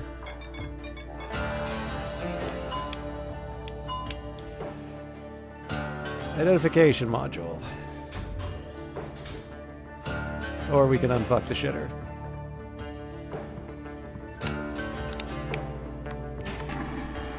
Alright, that was easy.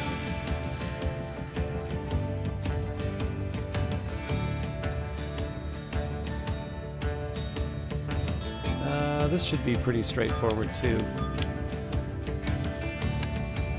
Okay. Filter's messed up.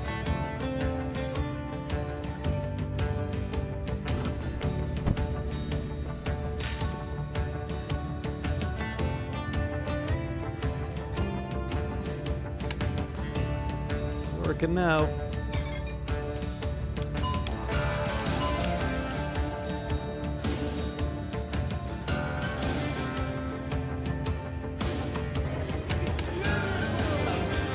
Chunky Man Gamer, how are you doing? Thank you very much for the resubscription. I hope you're doing all right.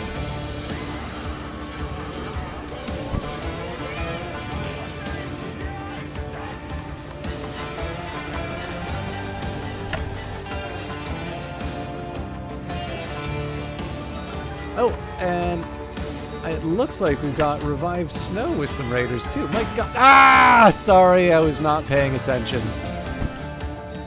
I will give you all a proper welcome once I finish this.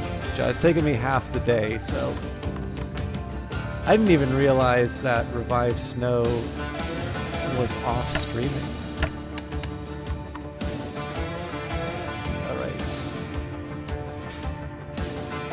Identification, and then I'll take a small break. Okay, so definitely need to replace the bulb.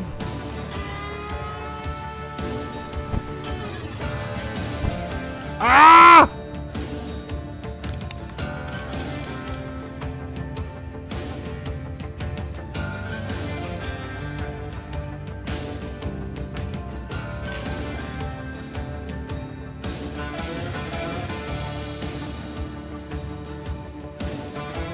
Oops.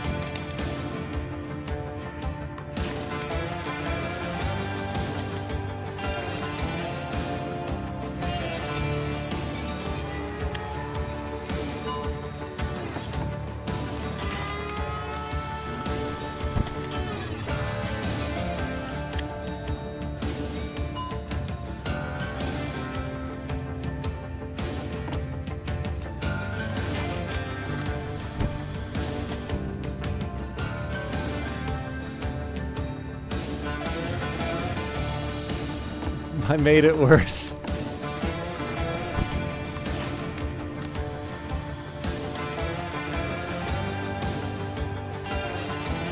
You know what?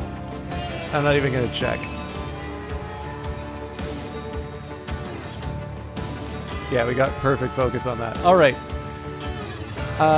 So we have got Revived Snow. We were talking about a bit earlier. A wonderful VTuber. There's a lot of you who came in here and have hosted and all that. So thank you very much for doing so. For those of you not familiar with Uncle Chop's Rocket Shop, this is a game with an absolutely great sense of humor. I really enjoy playing it. It's I just generally like funny games. So please harass your favorite streamers into streaming. No, obviously. Obviously don't do that, but thank you very much. Now, I didn't realize that you'd run off to stream something, let alone, yeah, I obviously was used to having you chatting. What were you playing, Revived Snow? And Chunky Man Gamer, I'm sorry, I really appreciate you coming in with a resub. Obviously, you've been subbed for such a truly appalling amount of time. I'm delighted to have you here. You are indeed back. Sorry, I didn't get a chance to give you a proper welcome back when I came in. But as you may notice, I'm playing on frantic mode for this game. If you have any questions, let me know. I've not been consulting the Grimoire that much, but that's partly because I'm also trying to get out of debt. So we still have more of a day to go through, so I'm going to jump back to the game, but I will try to look at chat and watch my profits plummet. Phil would have done a better job. And his eyes weren't all bulging out and stuff as well. No tip. Who would have imagined?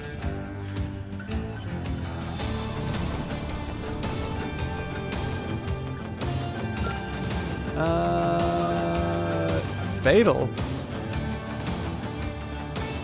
I don't think I could do that. We definitely can't do this guy, so let's do the identification module again. We'll see if we can do 2 more of these done today. My mom says she isn't proud of me. That's it.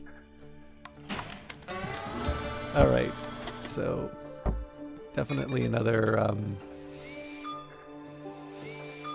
flashbulb problem.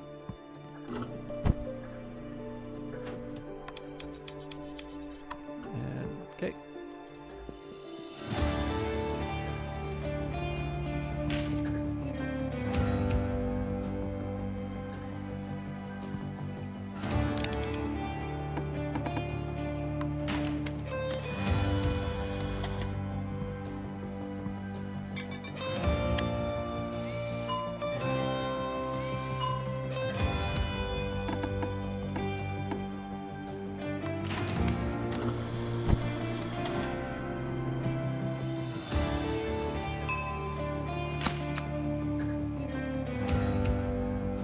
I wanted to see if I could get another one in, which is why I didn't check that photo. Thanks.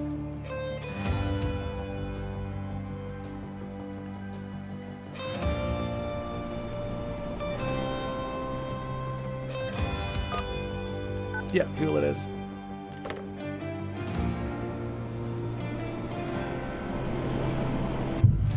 Rawr.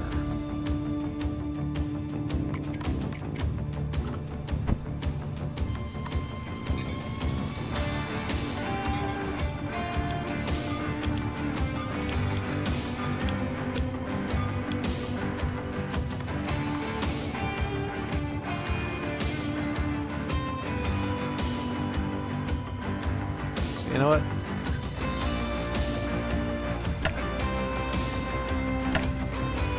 I don't know if that saved me any time, but...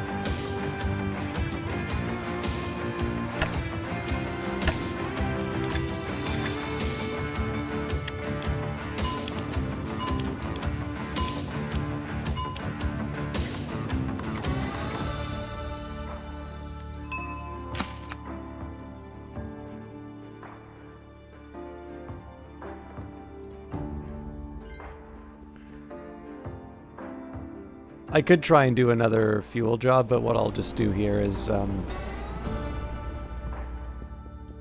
load these up with the rest of the day.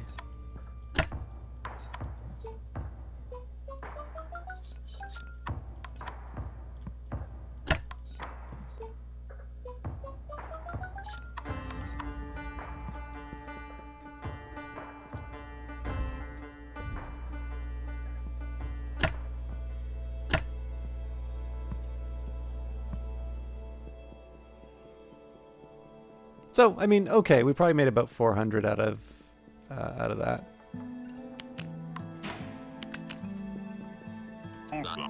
First red. Not too shabby, kid. Not too shabby.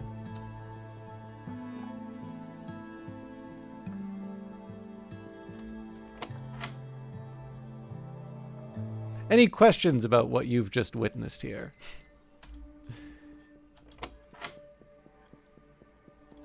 Hey, my part arrives in a couple days. I'll be out of your hair then. I should just jump off this station now and save everyone the trouble. Woot woot! I'm feeling chipper. You feeling chipper?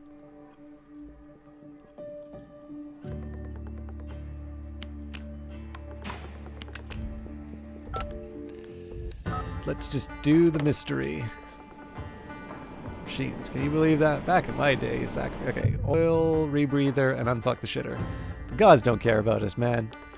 They'd see us toppled like pawns in the game they're playing. Fodder for the cosmos. Don't buy into it. Okay, something's going on with the rebreather, and it is properly... like, the conditions are wrong here, so... looks like trees and food.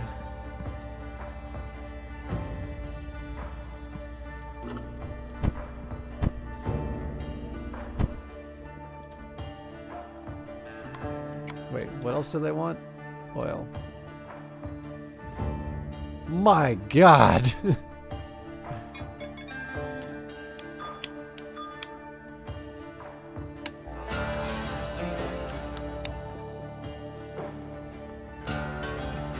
Okay, 3 of these.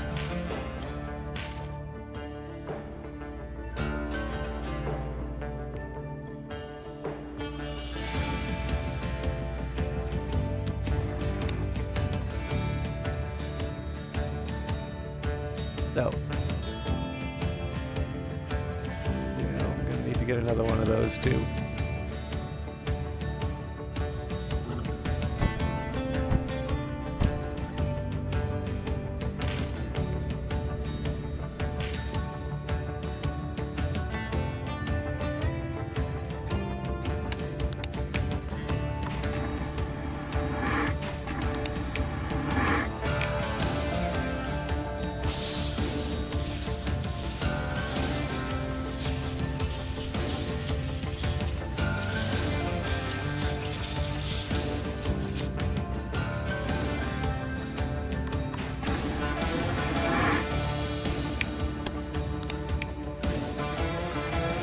Come on.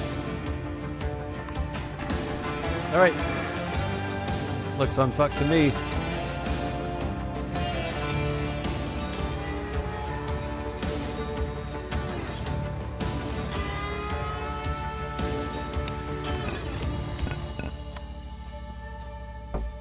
I don't even know where to begin with this.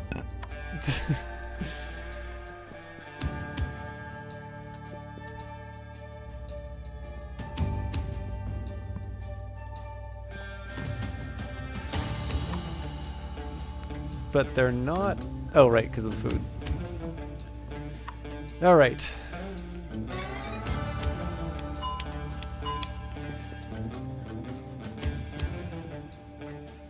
So what does a grimoire have to say about evil lights?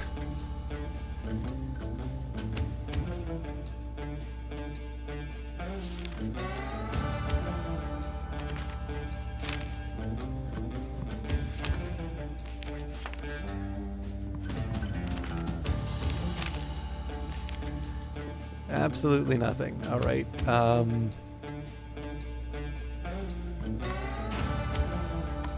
So here's what I'm gonna do. I'm gonna fill one of these with oil. Oh, that's not good.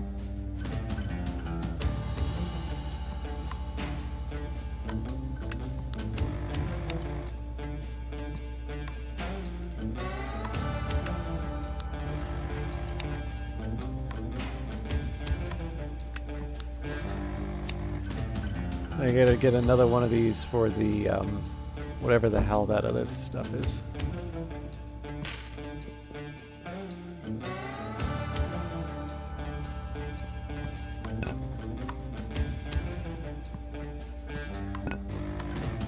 God damn it.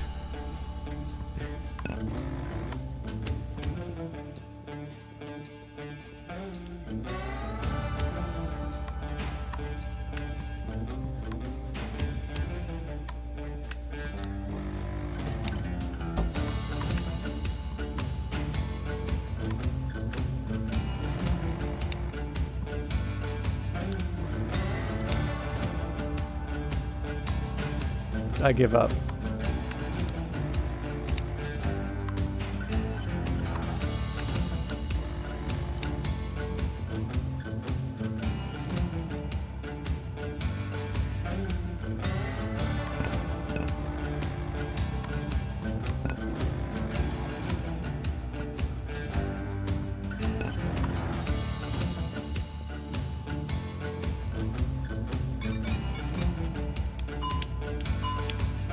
Okay, let's get this thing off the platform.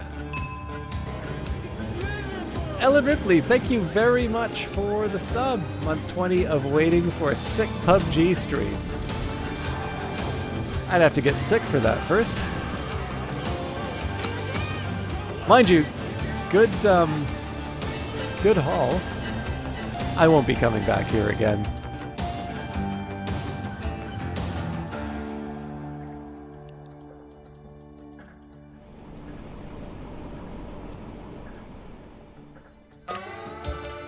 Do I want to try and swing for the fences? AI seems like a lot to try here, so let's just go for a good old refill job. My quest ebbs. Lend me your strength so I may return to the stars. Not the AI. Okay.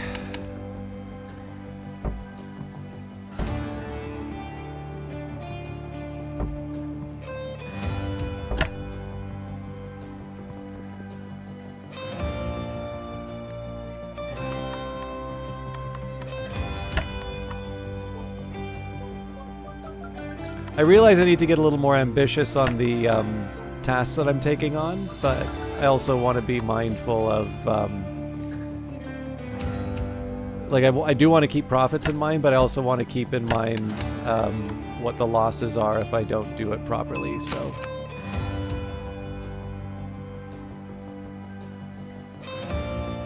No problem, Revive Snow. I'm sorry it's so distracted, but there is no relic here, no treasure. I'm sure you can see no value at all. I'm sure you can see that this is not the best one for me to be laser focused on people's people's shoutouts for. I'm curious though, for those of you that haven't seen this before, I'm curious what the impression is. All right, tomfoolery may do me in, but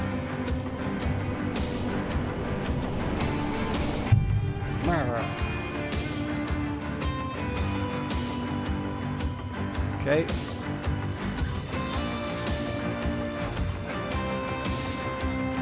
And we need level 1.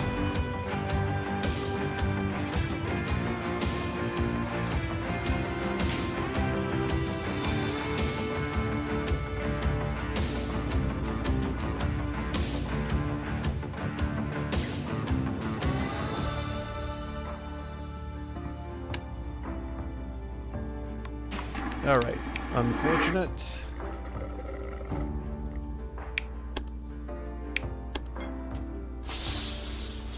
I think I should probably pay for the extension now, otherwise I'm going to lose a bunch of money.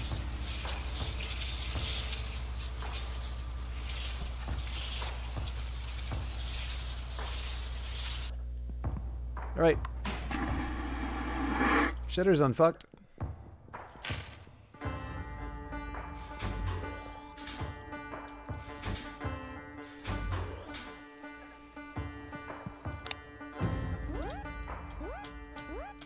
No! Oh my god.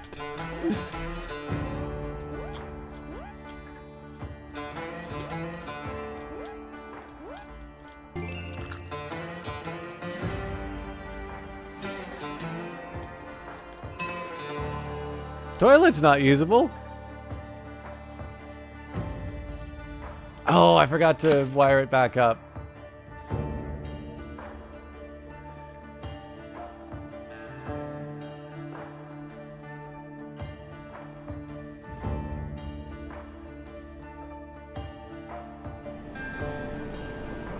Okay, let's see if I can get another fuel.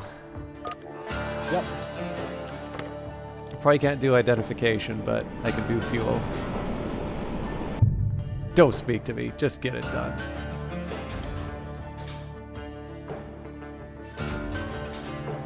Oh, I just killed myself here. Alright.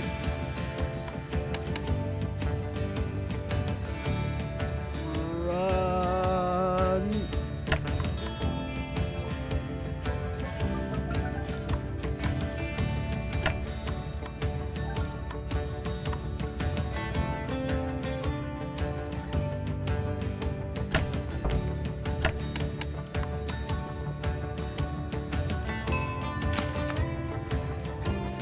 So that doesn't exactly make up for the toilet that I didn't plug back in, but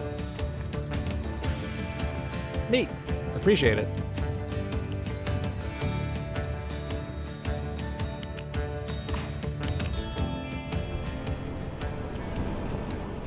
So I'm gonna go fix a couple things in storage. Don't normally have two of these, but it seemed to make sense given I forgot to take the tomfoolery cartridge out.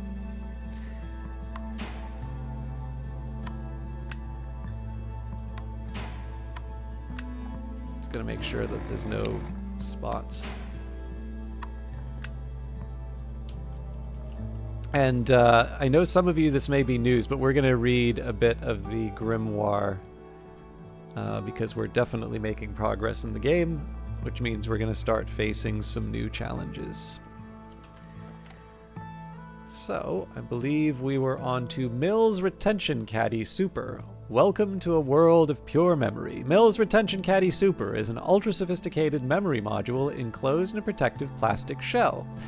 Unlike most of our clientele, the Retention Caddy Super can flawlessly remember several things. Why burden oneself with memories when the Retention Caddy Super can take care of that for us? Note, the Mills Retention Caddy Super doesn't store data locally. Each caddy is assigned a memory surrogate. Due to adverse effects of interpersonal relationships on a memory surrogate's memory retention, we allow strictly zero communication between our customer and their assigned memory surrogate. Please do not request further information. In our secure facility, in the event of a lost Retention Caddy Super, your memory surrogate can be transferred to a replacement caddy to avoid any loss of data. Retention caddy super, the encoder, so A is the network display, B is the caddy socket, C encoding controls, D power controls. Encoding a caddy, insert a caddy, select the encoding target node, use the joystick in the encoding controls to target the desired node. Navigation speed can be adjusted by turning the dial in encoding controls. Tip, you can reset the encoding target to either A, the center format node, or B, the currently encoded node, by clicking their respective buttons in the encoding controls. I actually didn't realize you could do that. 2. Select the encoding target node continued. When the valid node is successfully targeted, a description of the target node appears on the encoding network display. Increase power to maximum using the power control lever. Cut off power. Once encoding is complete, immediately cut off power using the power control lever. Failure to do so quickly will result in caddy detonation. Successfully encoded caddy. Formatting a caddy. Insert a caddy, target the center format node, click the top button, encoding control C to snap to the target central formatting node, continue with steps 3 through 5 on the previous page. Corrupted caddy. Flashing colors indicate a caddy is corrupted. The primary ways caddies become corrupted are encoding the caddy with identical data, attempting to encode a caddy when no valid node is targeted. In order to fix a corrupted caddy, it must first be formatted, see the previous page. Straightaway photo card. Okay, service cover. We've done this a few times, so this probably won't be a surprise, but maybe we'll learn something. Lens, photo card dispenser, recharge, LED, flash, and the shutter release. Loosen and remove the bolts, pull to open, bulb track, bulb controls, ink cartridge slot, recharge loop. Position the subject in front of the module, firmly pull the shutter release lever, collect the photo card, wait 15 seconds to develop. Camera takes 2 seconds to recharge. If the LED remains red, proceed to the failure to recharge page. If the photo card fails to dispense, the ink cartridge has run out of shots. See the refilling ink page for customer satisfaction. Ensure at least 5 shots remain upon completion of maintenance work. Impacts during space travel can cause deviation of the lens to focus and damage the flash bulb. That's actually kind of funny that there's... I think this is because I'm reading this at night. Follow the guide below to identify breakages. Perfect focus, subject is sharp, background is blurry. 2 to 3 focus stops out, subject slightly blurry, background slightly blurry. 4 to 6 focus stops out, subject blurry, background is sharp. Flashbulb damage. If the subject appears in shadow or photo colors are tinted, there is an issue with the flashbulb. Proceed with fixing the flash page. Focus ring, current focus stop meter. Determine how many stops out the current focus is using the previous page as a guide. Rotate the focus ring clockwise or counterclockwise by the desired number of stops. Repeat previous steps until the focus is perfect. A focus could be adjusted by the desired number of stops in either direction. Both directions should be tested. Fixing the flash. Open the service cover, crank the bulb control lever until the bulb enters the view on the bulb track. Identify and correct the bulb fault. See the overleaf. Press the bulb control button to reset the bulb position, and then close the service cover.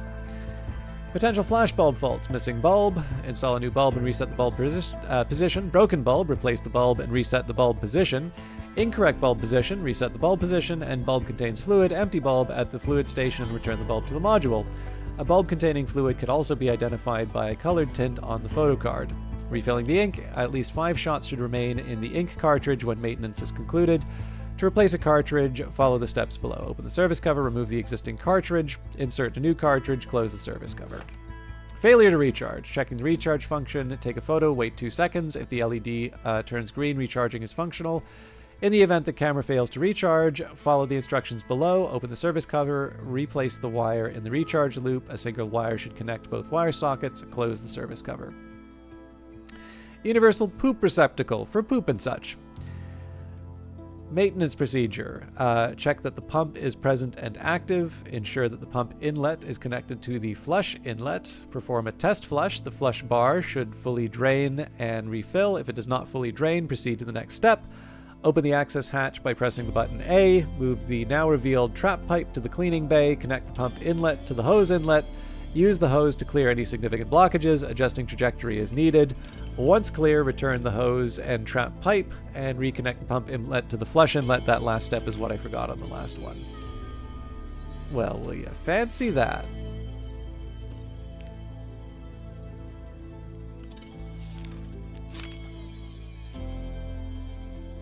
Lodestar for things that glow. Headlights manual, revision 48. Hey, Algrins.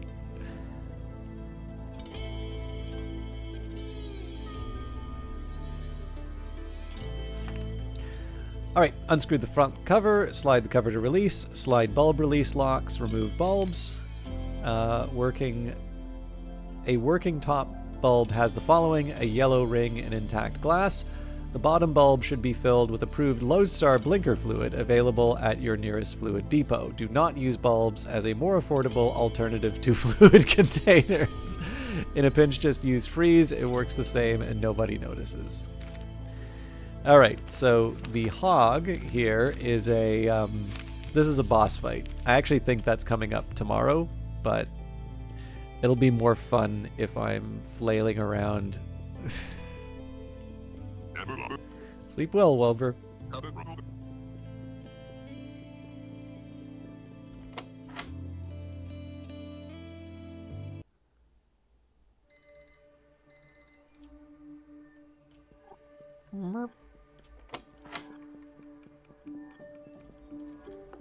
Tomorrow's the day.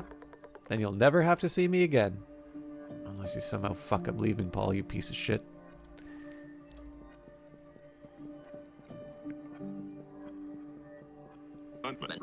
Well, here we go again. This must be him.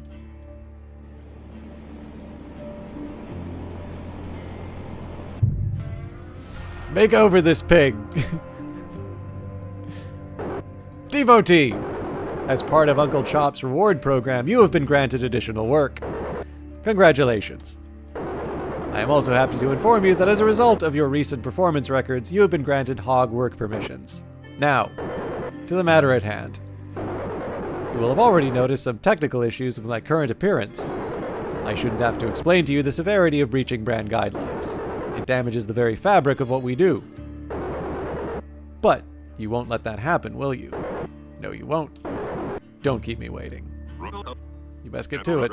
Oh, before you go, we just got a Loan-O-Matic installed in the delivery bay. If you don't have the workshop machine on hand, you can loan one there in a pinch. Careful, though, that bill runs up quick. Good luck, Wilbur. All right.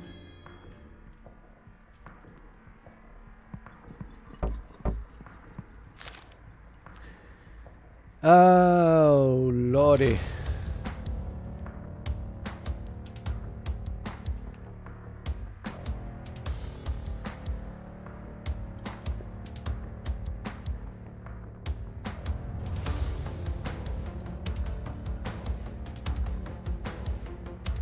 Cake 5.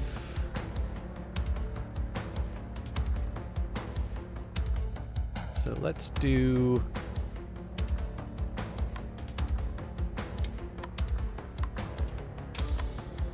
one of these. Ah!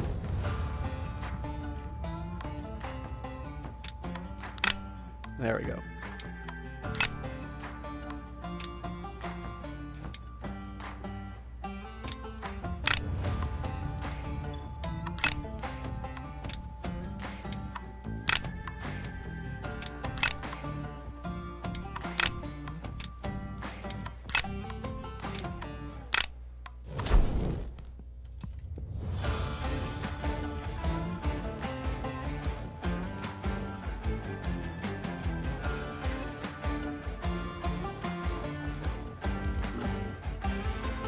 The hell is taking so long? For keeping waiting this long, you better be going the extra mile. By, say, refilling my fuel tanks.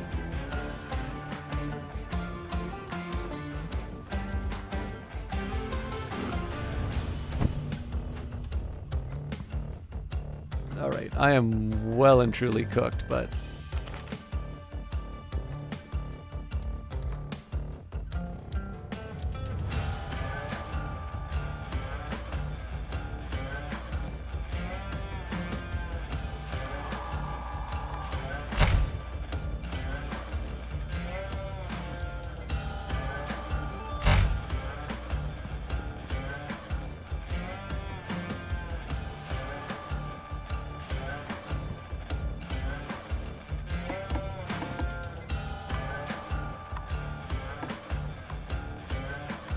There's definitely a way for me to change these, but orientation assurance, ensure pancake contains valid for void image inversion, ensure orientation is consistent with the other hog modules. We haven't seen those, so I'm not going to touch it.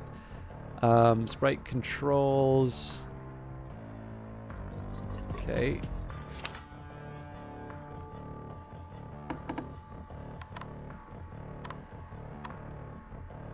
So if I can't move this, what does that tell me? Possibly nothing. Okay, no good there.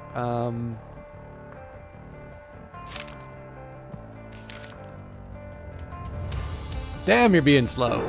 I've got places to be. Make this worth my while. Fix my oil.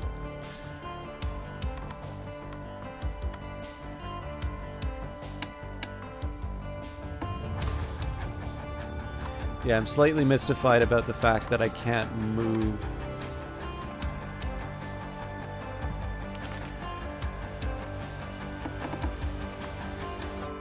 But I also don't see the value in... Like, I think we can try and deal with this later. I'm not entirely sure what I accomplished by just sitting here not doing anything else. So, pixel control.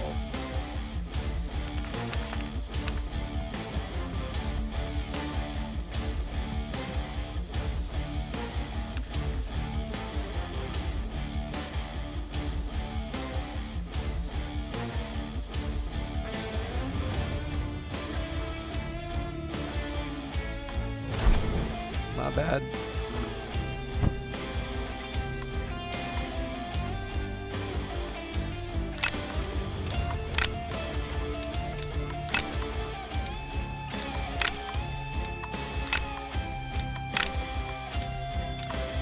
I hope this works.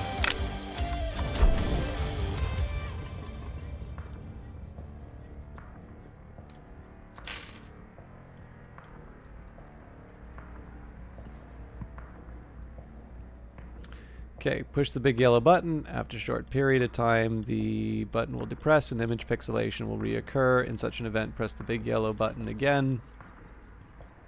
That's not so bad.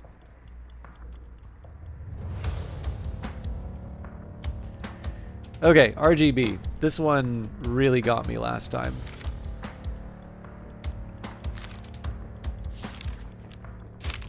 Aligning the image, color channels should overlap with each other within 5% tolerance. Rotate the offset lever to shift the color. Check the alignments on all the color channels. So I don't see the alignments, but first of all, pancake time.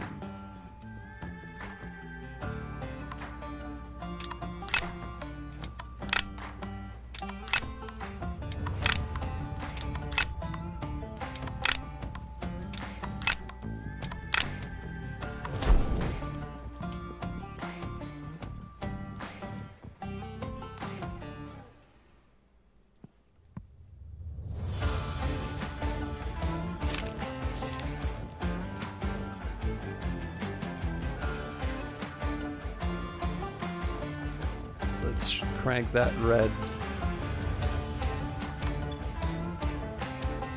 Okay, looking a little bit better.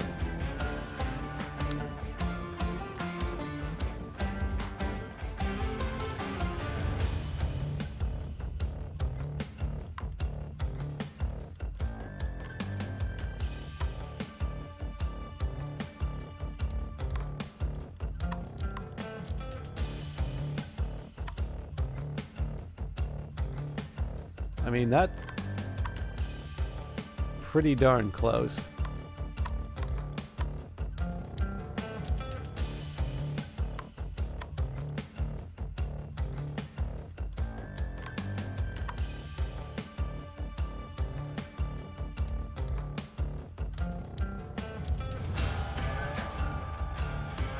So we're back to this.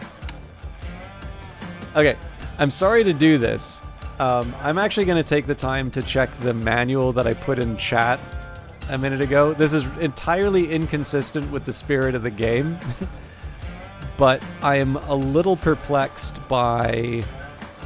I'm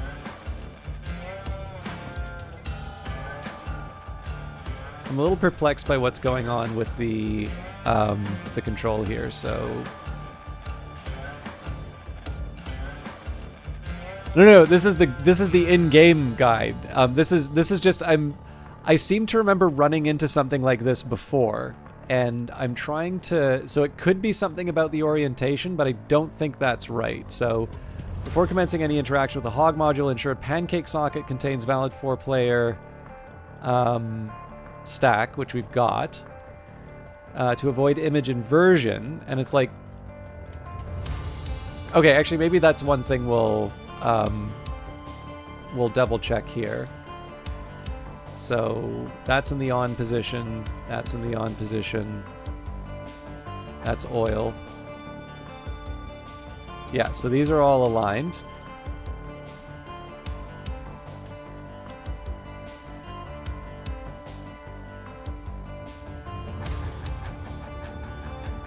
So sprite control, we've got the sprite cartridge, image display.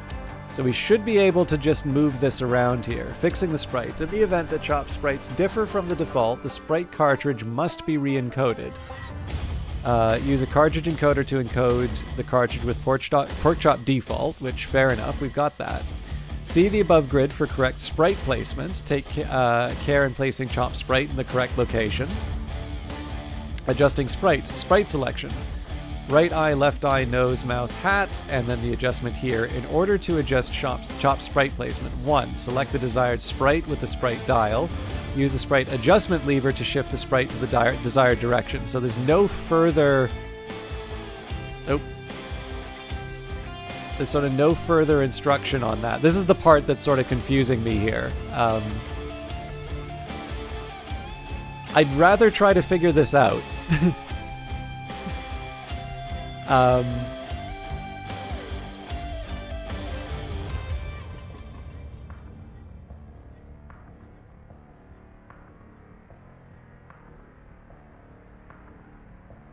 So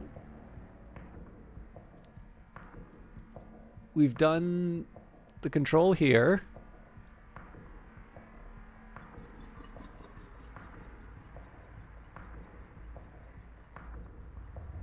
This is about the closest I've ever gotten aligning the image, and I seem to recall that we were able to move the sprites even when this wasn't aligned.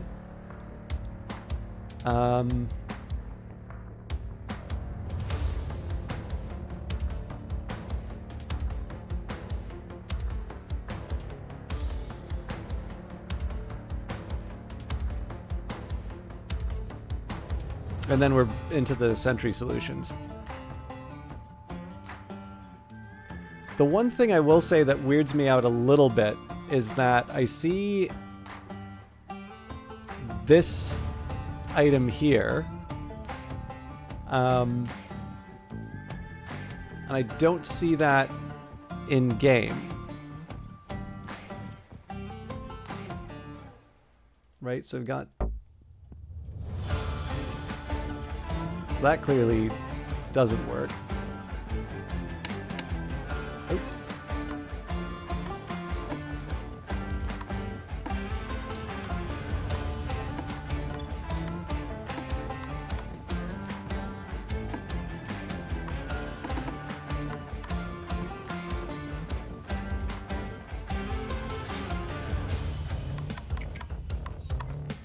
I'm going to step away from the problem for a moment.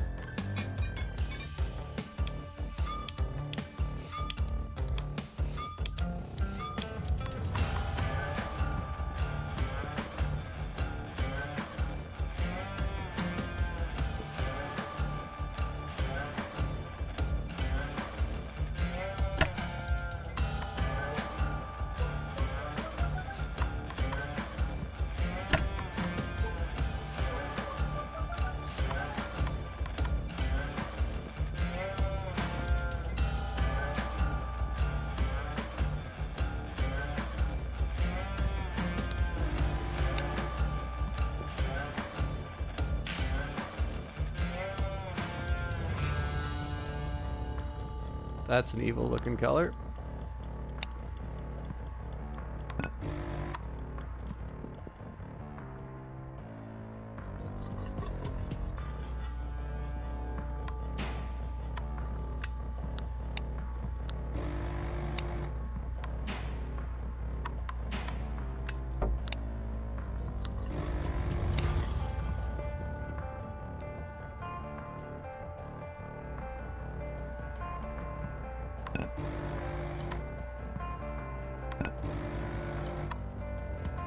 It's more of precaution than anything. Alright, so I've avoided my problems long enough.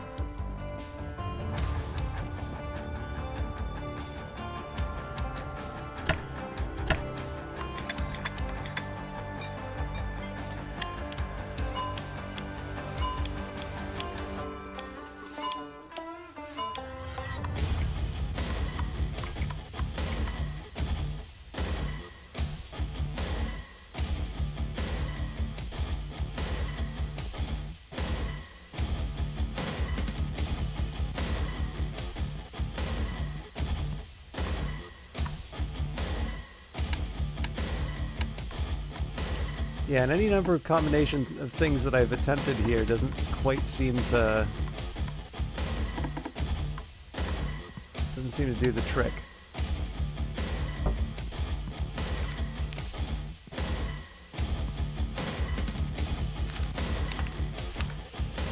Okay,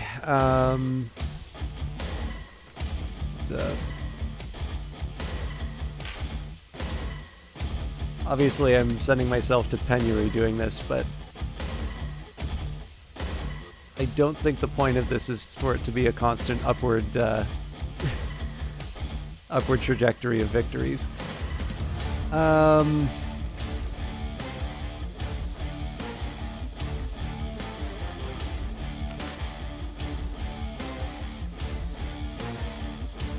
it looks like I'm missing the required modules.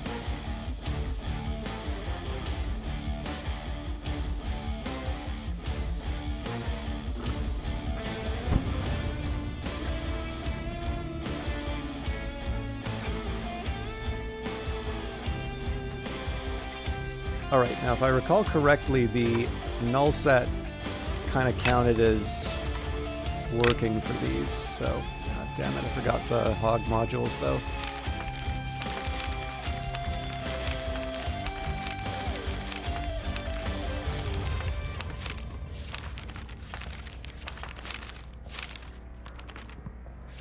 Right, okay.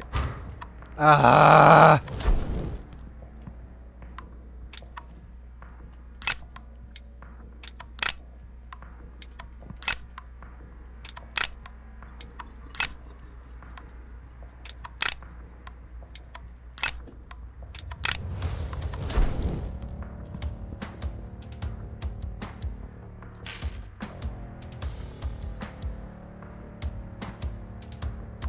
Yep, that was it.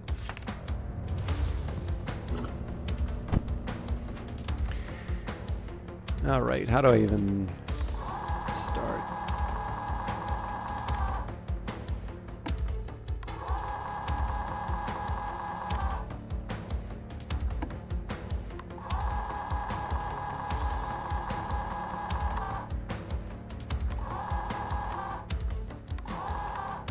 I should have been taking the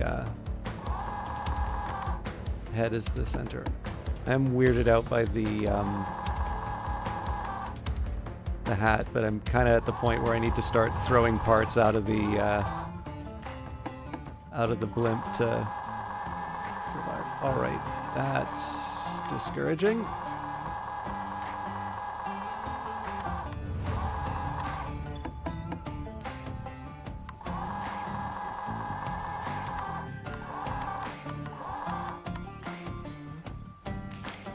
Okay, I'm just gonna ding the bell and see what he thinks.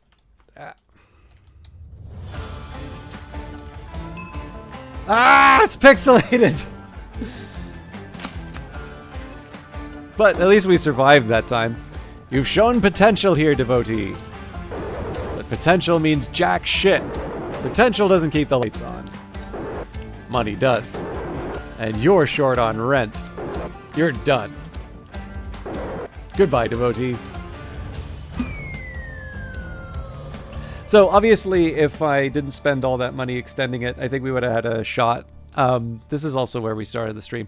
So I was actually planning on ending a little bit earlier. What I will do for the benefit of people who might be new to the game, maybe we'll do a quick day just to show you what a not boss fight is like. And then we will look forward to some more Uncle Chop in the future.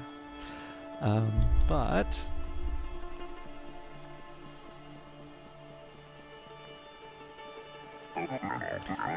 Wilbur, it's all too easy to see this place as where you go when you fuck up. But, don't. I look forward to every one of our meetings here. And I'll miss them when they stop. And they will stop. There isn't a doubt in my mind that you'll be successful. And then, well, then these meetings will come to an end. It's hard not to feel a bit sad thinking about it, but the world just works like that sometimes.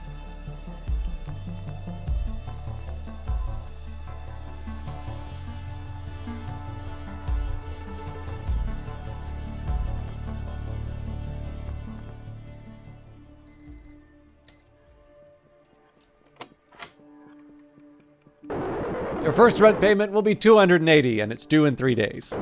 I'll see you then. Let's hope our next conversation is a fruitful one. Avert your gaze. This one is consistent with cultural norms of this form. Yeah. Talking too fast. Alright, so here's what a normal day looks like. Why not? Beep boop. No need to talk to me. Definitely a robot. Oh yeah, for sure.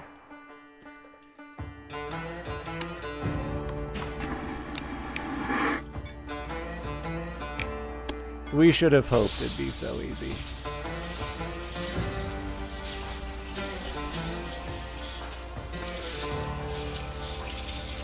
So again, some of these I'm already familiar with, which is why I don't consult the manual. And obviously timing counts, so the shitter has been unfucked.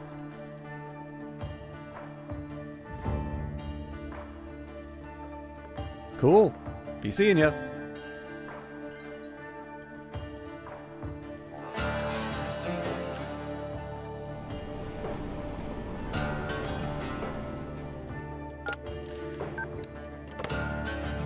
Try to go for some of the high-value stuff if I can.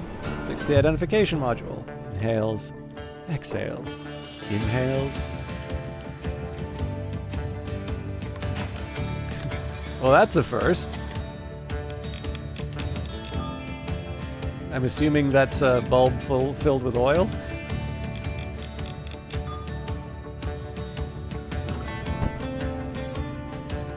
Okay, got 8 in there.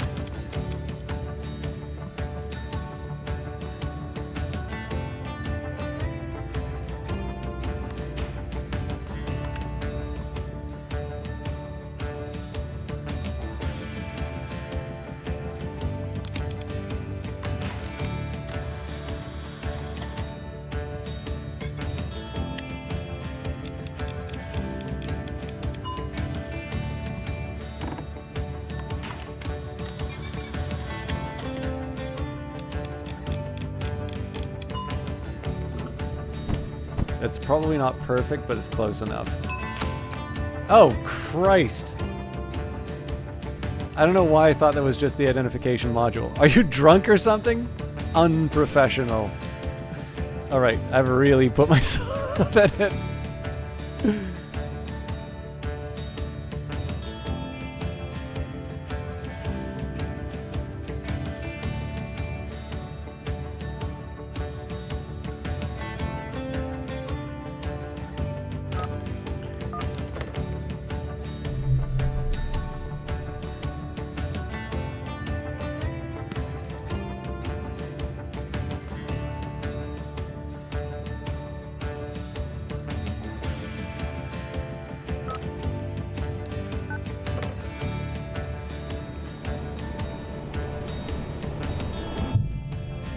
Huh. You're the spitting image of someone I used to date. Weird. He was a mechanic too.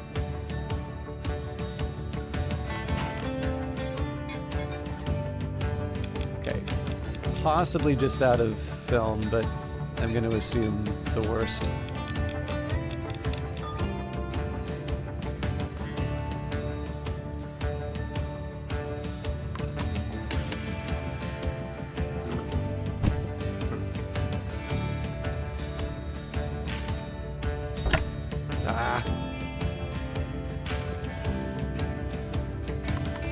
I hope this one's the liquid.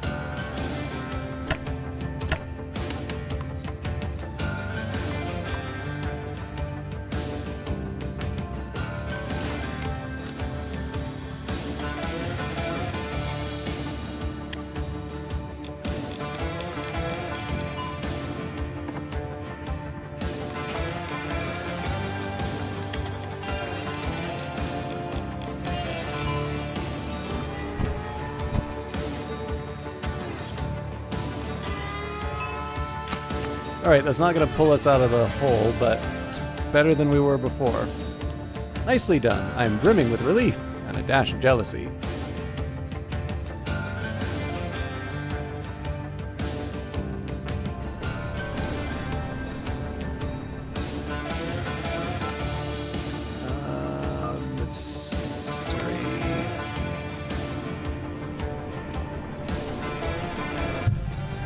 Good day, sir. Please rehabilitate my sickly star wagon. Don't these people ever get pumps?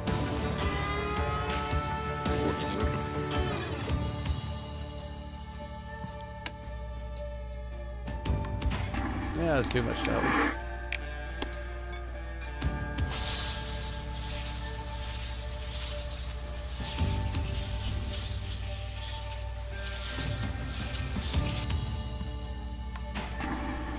Okay, good enough. Ah, I forgot to...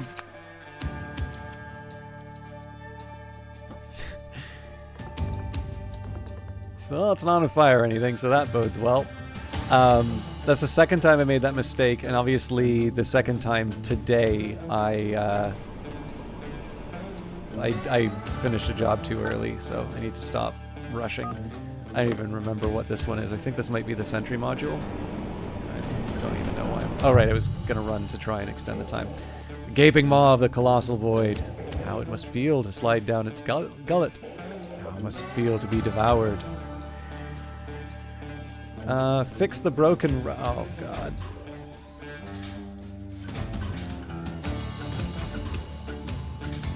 Alright.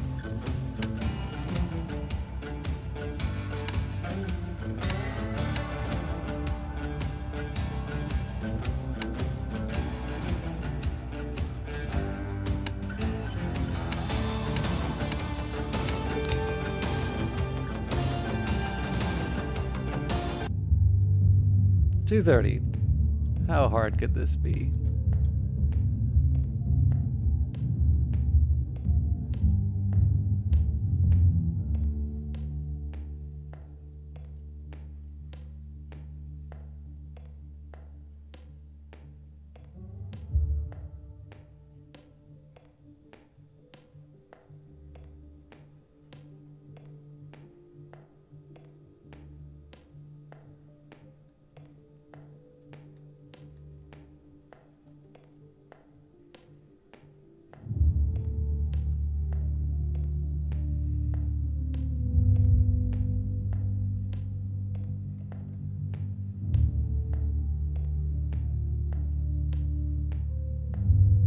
Bingo.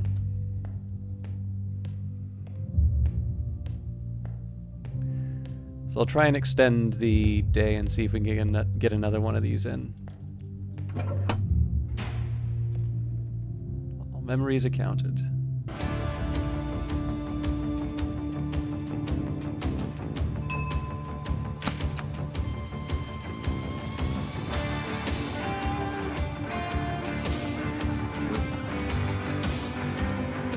Okay. Oh, because I don't have the money to extend. Right. You have proven yourself valuable, brother. You will be consumed gladly. All right, let's see if we can get maybe a fuel in. Even then, like 30 seconds is not great. I do need the money, though. I don't feel confident enough to do it. So, not a great start. Again. So, I am going to do what I normally do and buy modules, but I will refrain from buying the extra tools until I'm back in the black. And I guess that means I'm going to do another another day. I want to see how this turns out. Yep. There it is. Go deal with that ship and I'll deal with the dead guy.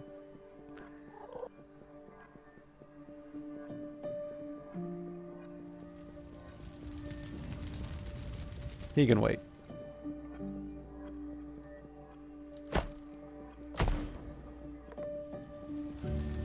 Actually, it's the encoder that I want.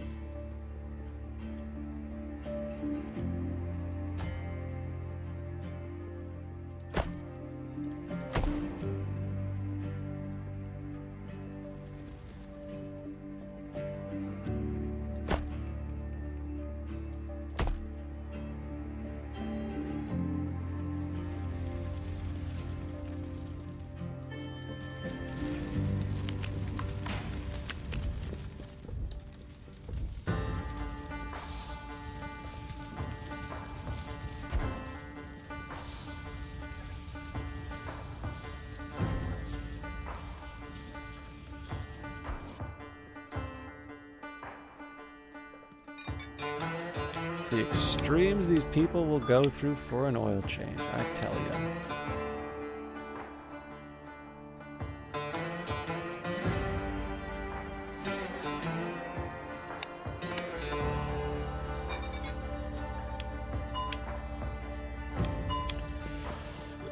Hey, I don't know who you are up there. Come back here tonight. I want to talk.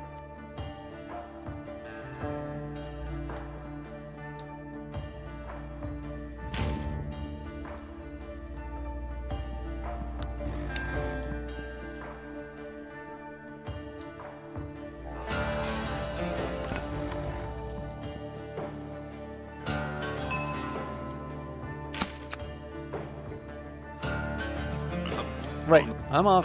Hold the fort.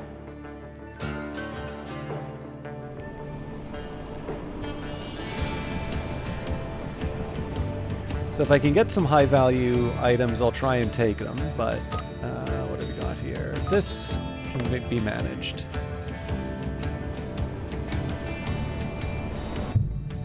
A curious locale. I should return later to rake it thoroughly. For now, I require your assistance. Okay, so toilet and VR.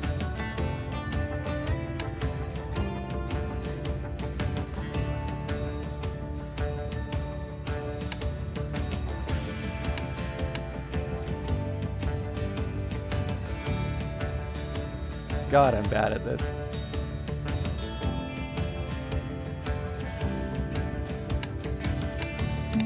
Oop.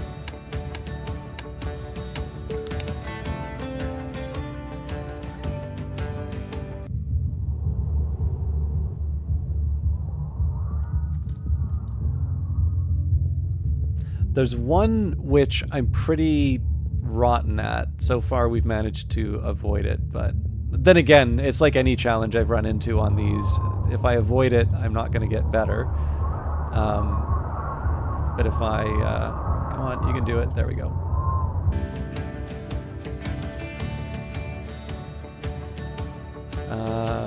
Right, toilet.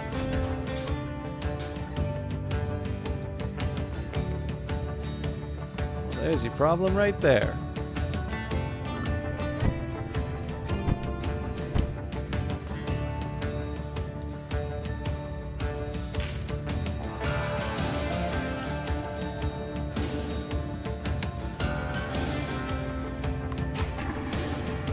I'll take it.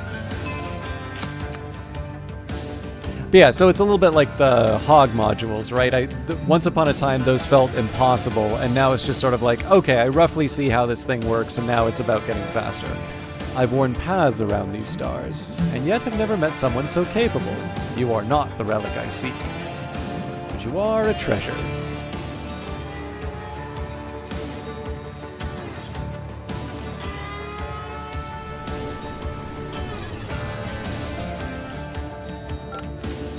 Mysteries! Always mysteries.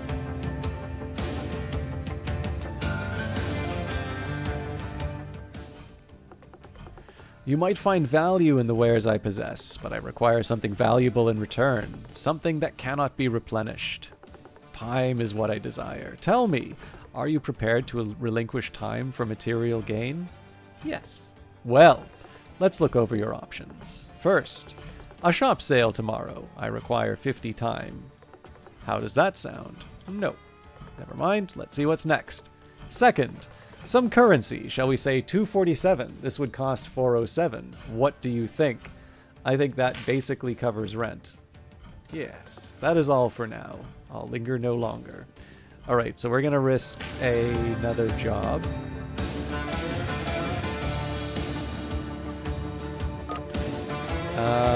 Okay, we're gonna... This could kind of make or break it, but... Rebreather and Star... Oh, Star Map's gonna be a challenge. Processing. Employee, our transportation unit is operating in a suboptimal fashion. Please correct the issue. Alright, so let's do the Rebreather, because that is...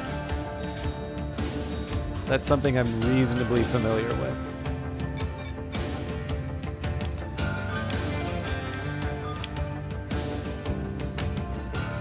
Okay, so heat's one thing.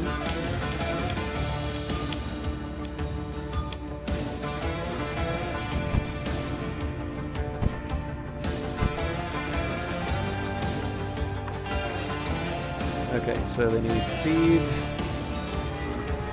Basically, they need everything.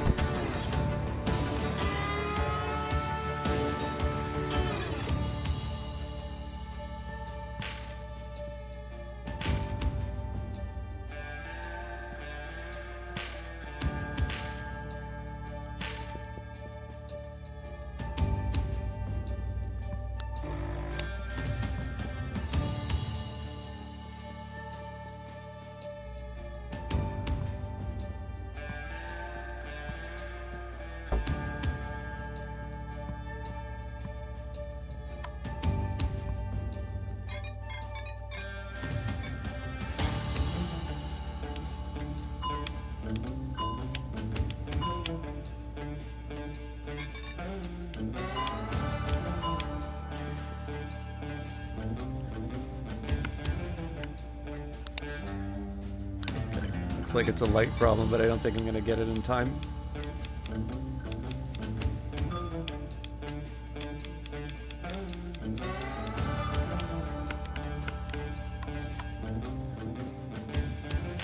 I'll risk it.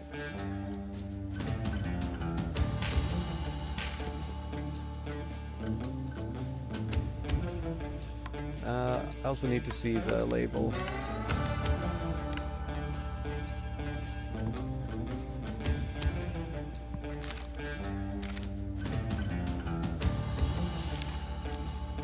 Okay, so it looks like it's just two standard.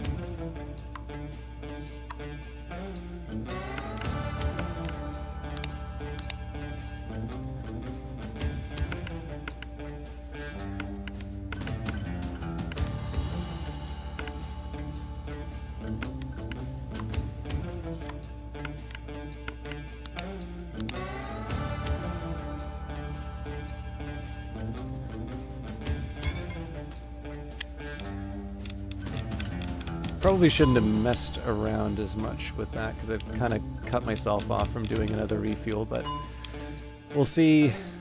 I think probably that was a net. Yeah, I'm missing that. I was worried about that.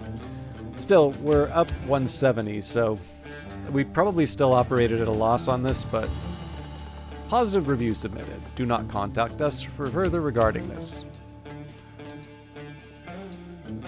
But we made rent, and we still have one more day. So I suppose in the grand scheme of things, it could have been worse.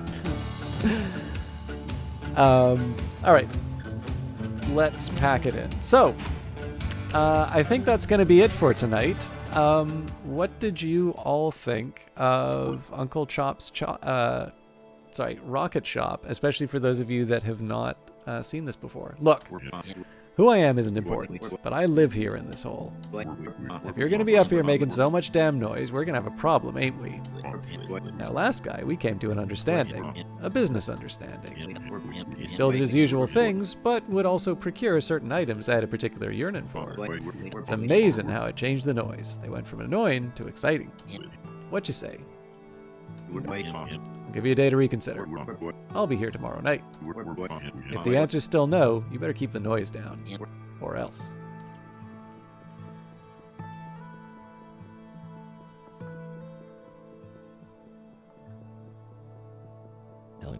Friend, my shackles are more subtle than iron or gold, but they bind. And you, Wilbur, you are a knife.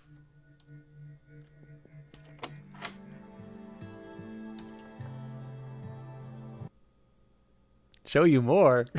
I will show you more on another day, Revive Snow. So I do I should do this for every game that I do usually, but it's not always easy to remember. I will just take a minute here and bring you the Steam page. So I wasn't given a review key of this or anything like that. I just happened to really like this, and this was a great recommendation from Ellen Ripley. I will note, actually, it's currently 25% off. And I'll maybe just notice that it's mixed right now. I'm not 100% sure what the deal here is. Recent review here says, unforgiving and no point in it being a roguelike. You die a lot. The more complex tasks begin with day 2. Therefore, fixing the same modules over and over and over again, and it becomes stale very quickly. You either die by some BS like reactor blowing up or not disarming the bombs. If you can get past that, congrats! You might get fined 1,000 for random stuff like a fire that popped up the exact millisecond before completing the job. Repetitive, get stale easy, unforgiving, and no story. Oh, and product refunded. Genuinely outrageously difficult on frantic mode, with the 8-minute timer being nowhere near enough to get anything done, and outrageously tedious on the other mode without the timer. The style is amazing, but the concept is amazing, but God, this game is disappointing. So for those of you that would like to kind of balance out that, I shouldn't be mean to these reviewers. They are sharing a genuine opinion, and they don't share it with me, but I think this is a very charming game. I think this is a lot of fun. I think definitely not getting too tied to success is a really important thing. Like, this is the thing, right? The Hog module felt impossible for the longest time, but the fun of this is being able to figure it out. And obviously they've put in a relaxed mode so that if you really cannot stand failure, like you have an option. But I mean, it's a game with an achievement for getting killed by fatal jobs, right? Like, I think, and the opening cinematic makes it pretty clear that this is not exactly a game that's going to treat you well. But anyways, I really like it. Again, thank you for the recommendation for this one. It's a lot of fun to just sort of bash my head against the wall a few times. I don't have a regular schedule for these ones. What I've normally tried to do is I use it as a little bit of a filler, particularly when something like Ace Attorney isn't available to me, or sorry, not available. I don't. When it's something that I'll cut into multiple parts. If I can do Ace Attorney in like one go, that's a little bit better. Now, I was going to see who I could host, but there isn't actually anybody I know live right now, so I really appreciate all of you being here. I will maybe just take one last opportunity here to shout out a few of the streamers who were in here today. So Revive Snow was the first one who came in. Wonderful fellow Canadian broadcaster, operates as a VTuber. I found through the wonderful strategy game Phantom Brigade, which will still be getting updates, incidentally. but plays a little bit of everything. I've always been really struck by some of the strategy games that they play. Another VTuber here is Vesper Fortune VT, who wishlisted this game actually as a result of the stream. Another really fun streamer to hang out with, somebody I found through Cultist Simulator, but has actually been doing a little bit of everything lately. We got a nice raid by Knight97, who, again, I know more through interacting through It Is D-Pain than anything else, but was playing Captain of Industry tonight. It's actually reminded me that I should be trying that out a little bit. I should be trying that out because I got a key for that ages ago. Diluted Daybreak, so speaking of Brace Yourself games, Diluted Daybreak is playing Rift of the Necrodancer at a very, very high level. Has a couple of high placements out of on a few charts. I like the game, but I have absolutely no hope of being able to play at that level.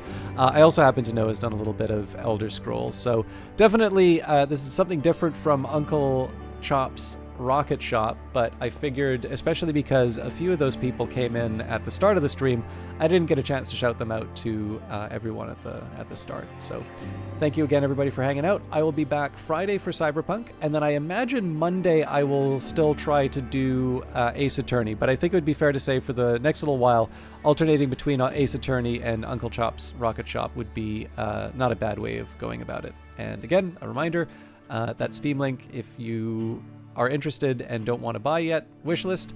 But for those of you thinking of a purchase, it is currently 25% off. So supporting developers and all that. And for those of you that already own it, maybe it's now time to leave a review. Have a good night. Thanks for watching.